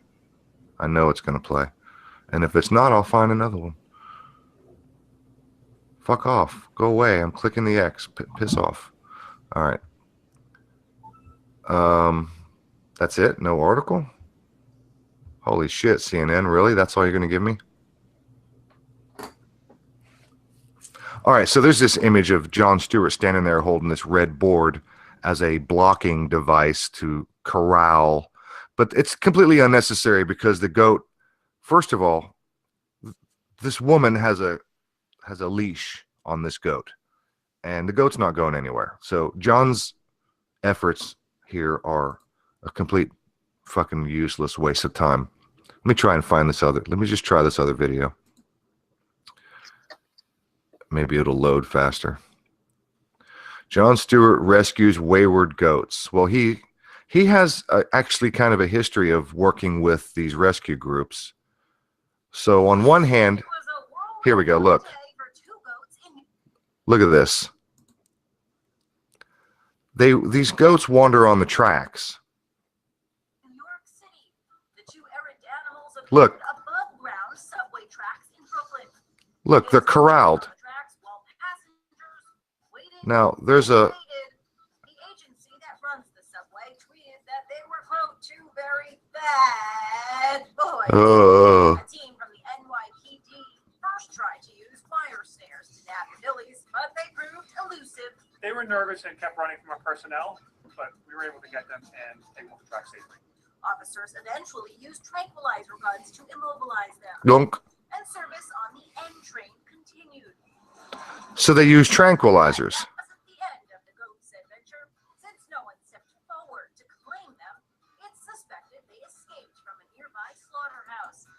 A nearby slaughterhouse? Yeah, on really? The subway tracks, a slaughterhouse. Really? There's a nearby slaughterhouse in for goats in New York?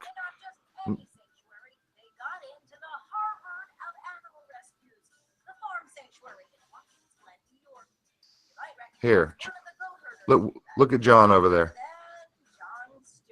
Goat herder. Thanks, John. Really good job.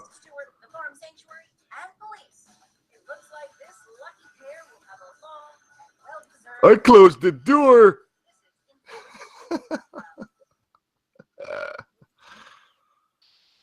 Yeah, the goats have been in the news lately, that's for sure. So that's actually the first time I've heard the explanation that they're speculated to have escaped from a nearby slaughterhouse. That's the first time I've heard that, because the big question is, where the fuck did the goats come from? And how did they get on the tracks? How did they get on the train tracks? Where did the goats come from? Whose goats are they? Oh my God, 94 thumbs down. Keep it going, boys. Keep it going. Let's hit 100. I'll tell you what, let's do a few minutes of overtime. Come on, 6 more thumbs down. Let's get 100 before we close it out. I'm not going to be happy till I see 100 thumbs down.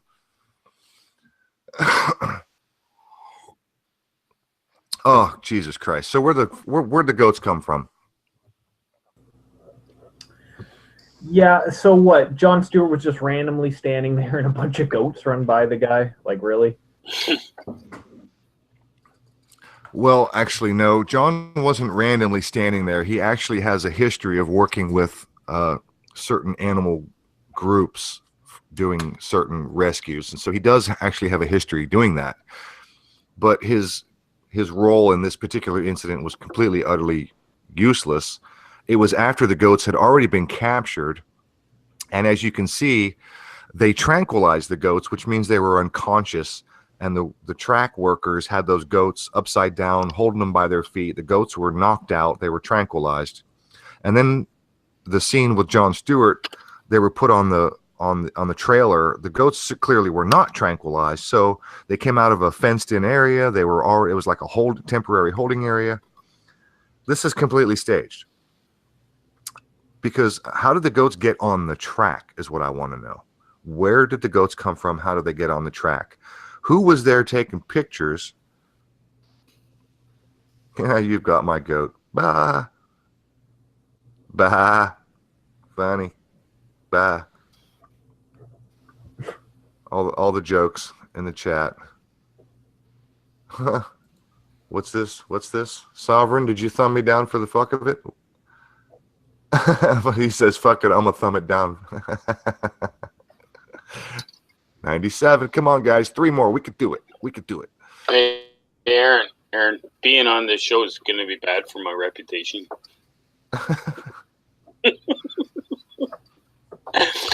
Going back to the goats, I just left a link in the chat, in the Google chat. Go grab that one. More goats in the news. It's goats grazing outside of O'Hare Airport. They're a group of goats, sheep, and donkey are working their way along the O'Hare Airport perimeter one snack at a time. They're grazing, and the purpose is to help clear 35 acres of land for the Chicago Department of Aviation. That was on August 23rd.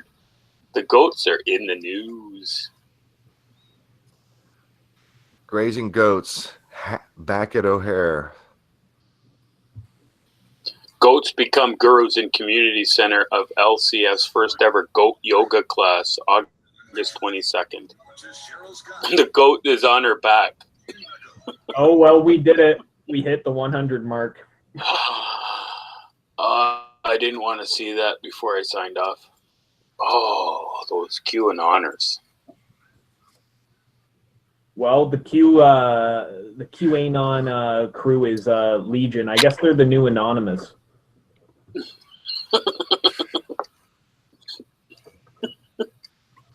They are Legion. I can't believe with all the wrenches we have in there, we've allowed the Q infiltrators to infiltrate our thumbs down. Well, the wrenches have no control over the thumbs, but they have been keeping the chat clean. Every time I check, somebody's comment was deleted and timed out. So my wrenches are doing their jobs. They're keeping the chat clean, but the thumbs they can't control. The group of animals lived on grazing land, eat their way through a fenced-in section. Then their flock master, Andrew Tokars. Hey, somebody throw Andrew Tokars in Gematrinator. Will guide them to the next area needed to be cleared. Absorbing more CO2. So we're fighting global warming.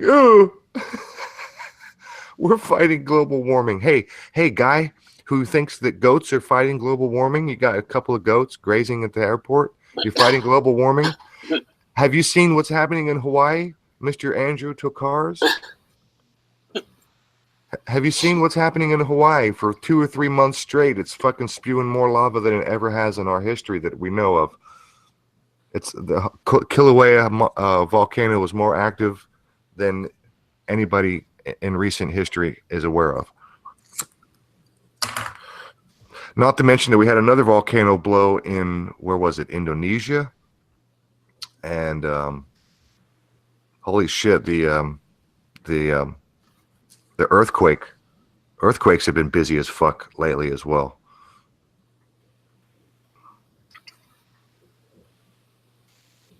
Aesthetics and environmental benefits aside, environmental benefits, really.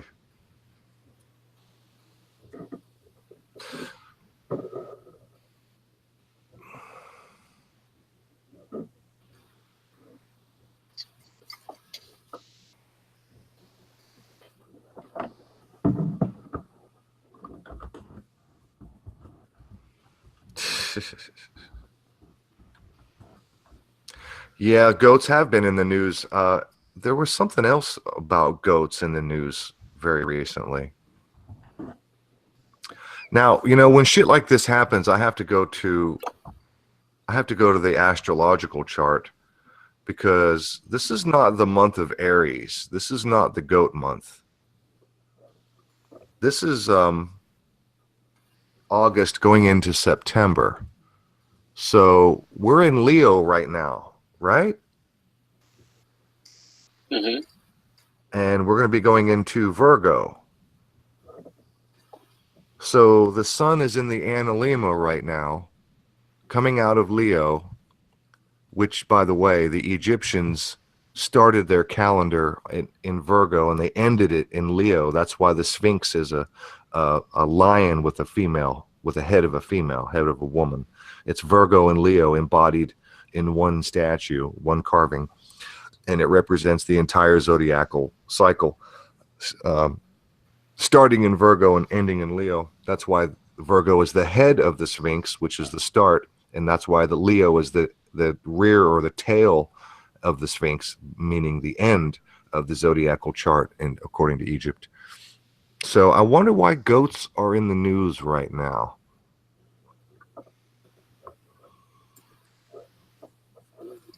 I have to keep my eye on the goats in the news. Well, Aaron, my sister was saying to me the other day that she says, have you noticed the goats are in the news lately? And she was talking about that, the one with Stewart on the tracks. And there was a few other things too. But yeah, like they said up in the chat, the boys are emptying the lodges. They're bringing in new goats to ride the goat.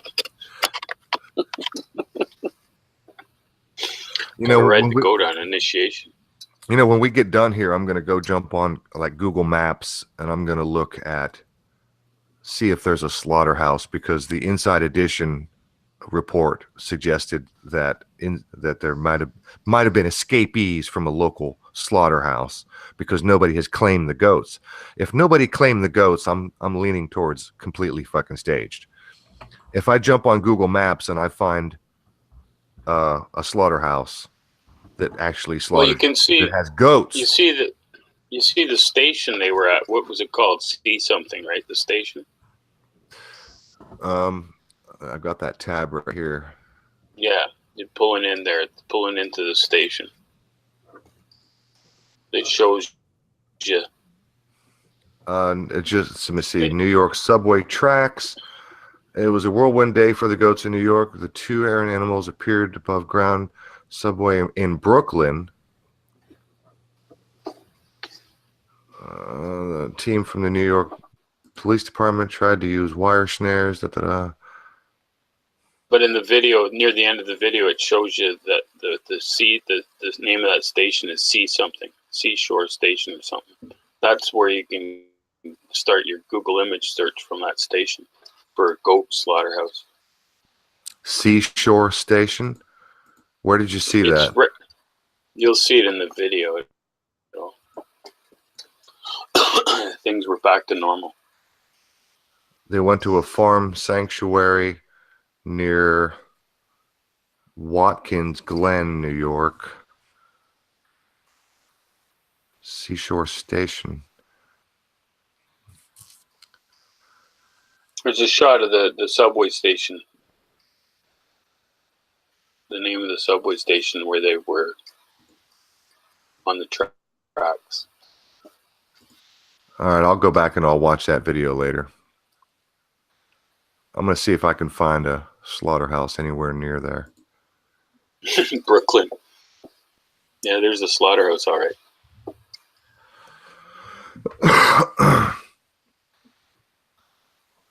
Gothard Tunnel has a goat man dancing around. Yes, they do, Broadsword. Yes, they did. That Gothard Tunnel opening ceremony was cryptic as hell.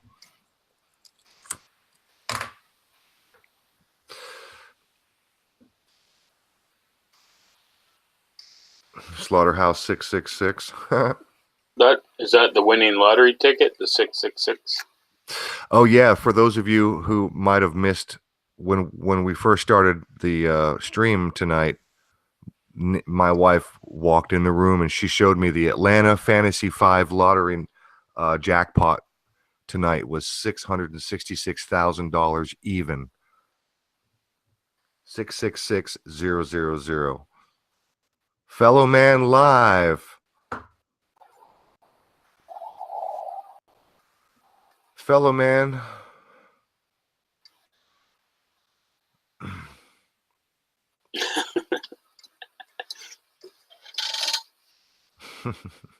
Kind of surprised to see you here, but okay, be nice and you can stay. Our we hit the we hit the magic 100.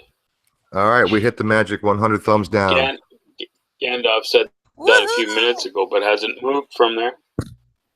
Their bots must have stopped. That is so funny. 156 thumbs. I had to come in on my alternate account. Hey, Sovereign, take care, brother. Thanks for stopping by. And Sovereign, I'm not so sure about Charles Walton. I followed him for a while. I think he's a big nothing burger, but maybe I'm wrong. Maybe Charles Walton's got something to him. I unsubscribed from Charles Walton a while ago. Most of his videos are nothing burgers.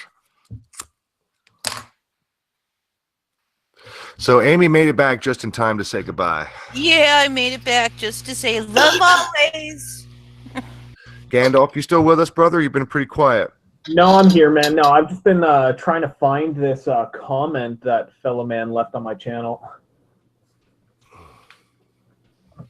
I don't know. A lot of my comments don't appear on the videos anymore. Like I'll see the comment on my phone, and then I'll go to look at the comment on the page, and it's gone. So it's like a weird double ghost ban or something like that. Wow. Gandalf, it's happened to me too, buddy. It's strange. I guess it's maybe to like seem like there's less people commenting on your videos, or who knows what the hell it is. So it'll keep the algorithms in check on you, yeah. Definitely. I think the algorithm's really going to like the thumbs on this one. The trolls, they seem to have stopped at 100. That's maybe where they're going to stop. They're satisfied with themselves. We can hope. You know what? When you post this, Aaron, when it goes back on live on the YouTube, you should put in your pin at the top. You go make note of the thumbs down that you received during the show. You have to make a little personal note of that and let everyone know why the thumbs are down. So you need to comment and pin your comment and say, "Look, I've never been trolled so hard." The Q and honors are out in full force tonight. Yeah, I've never seen anything like this, man. No, I've never. We've never had anything like this.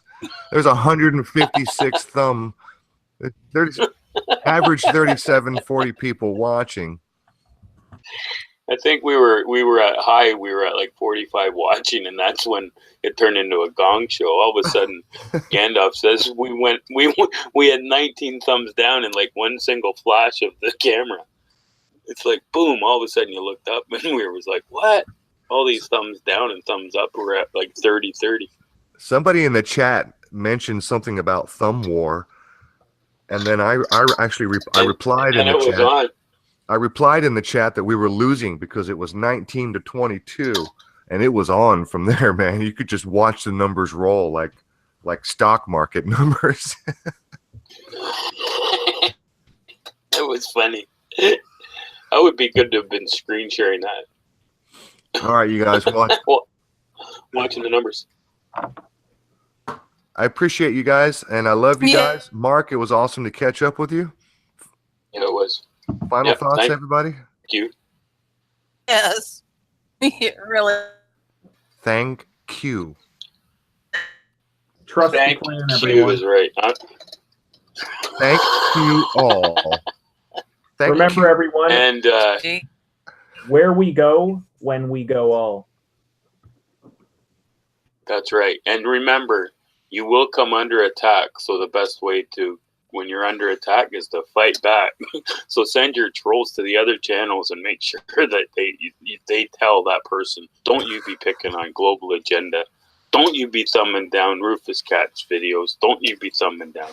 We have to get out. We are Q. I mean, we are, who are we? We're Con.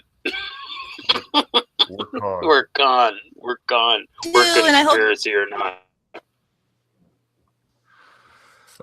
Well, we had a couple of Thanks new for the faces. chat.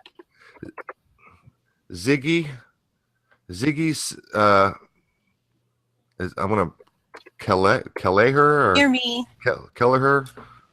Ziggy, I've been watching your videos lately. I appreciate you stopping by, and we've had a couple of new faces. Adelaide, I got to give a shout out to Adelaide, who's been with us from the very beginning. We love you, Adelaide. And Blue Blood, my buddy, he's been with us from the beginning. Border of Chaos, you guys have been doing a great job moderating the chat. I appreciate you.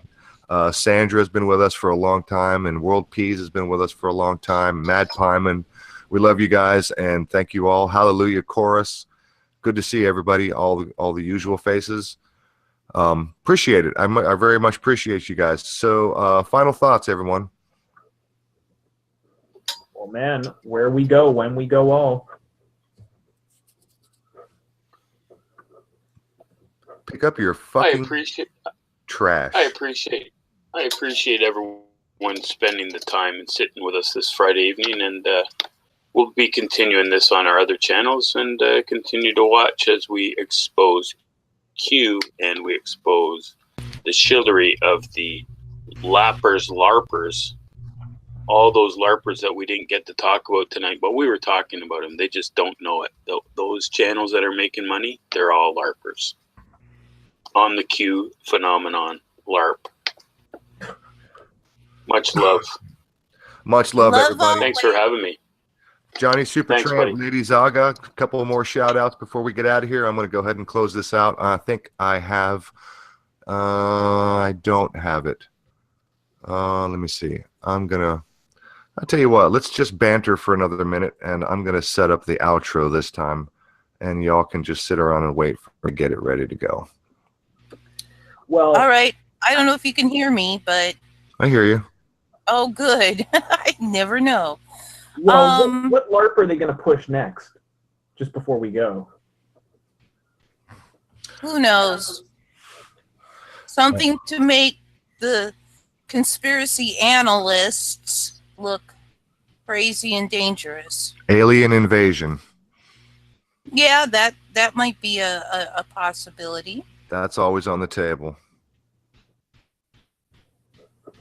Think David Wilcock's project Bluebeam's finally going to come to the forefront, and we're finally going to see that Independence Day scenario?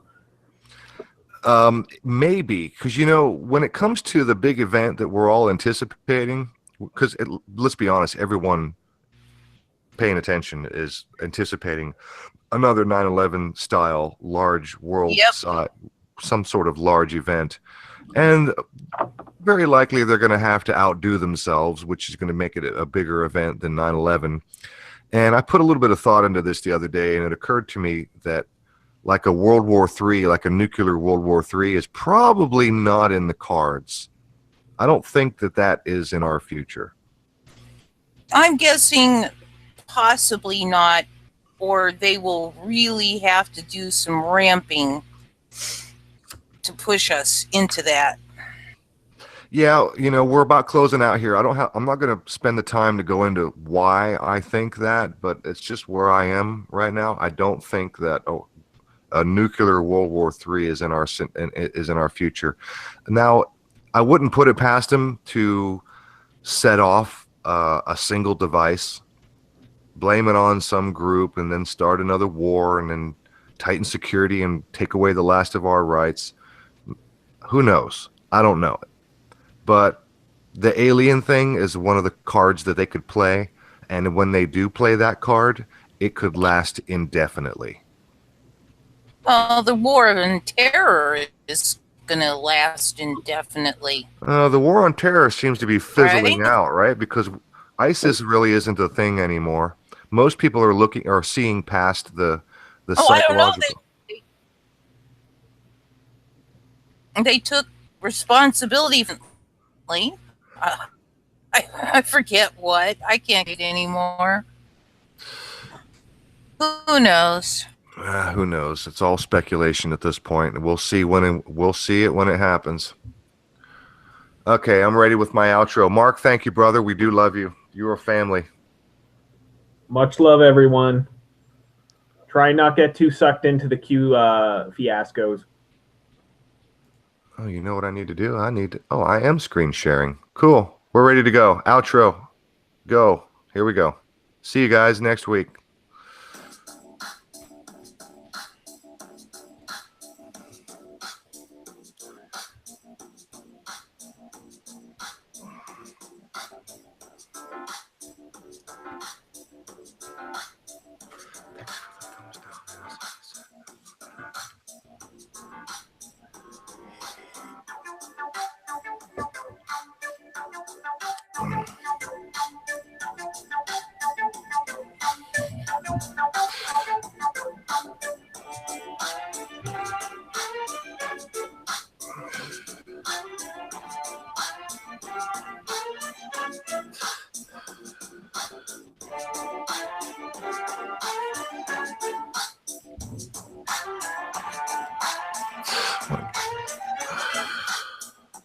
Can't hear it. Well, if you couldn't hear it, that's too late because it's done. Thanks, everybody. Stopping broadcast. See you next week.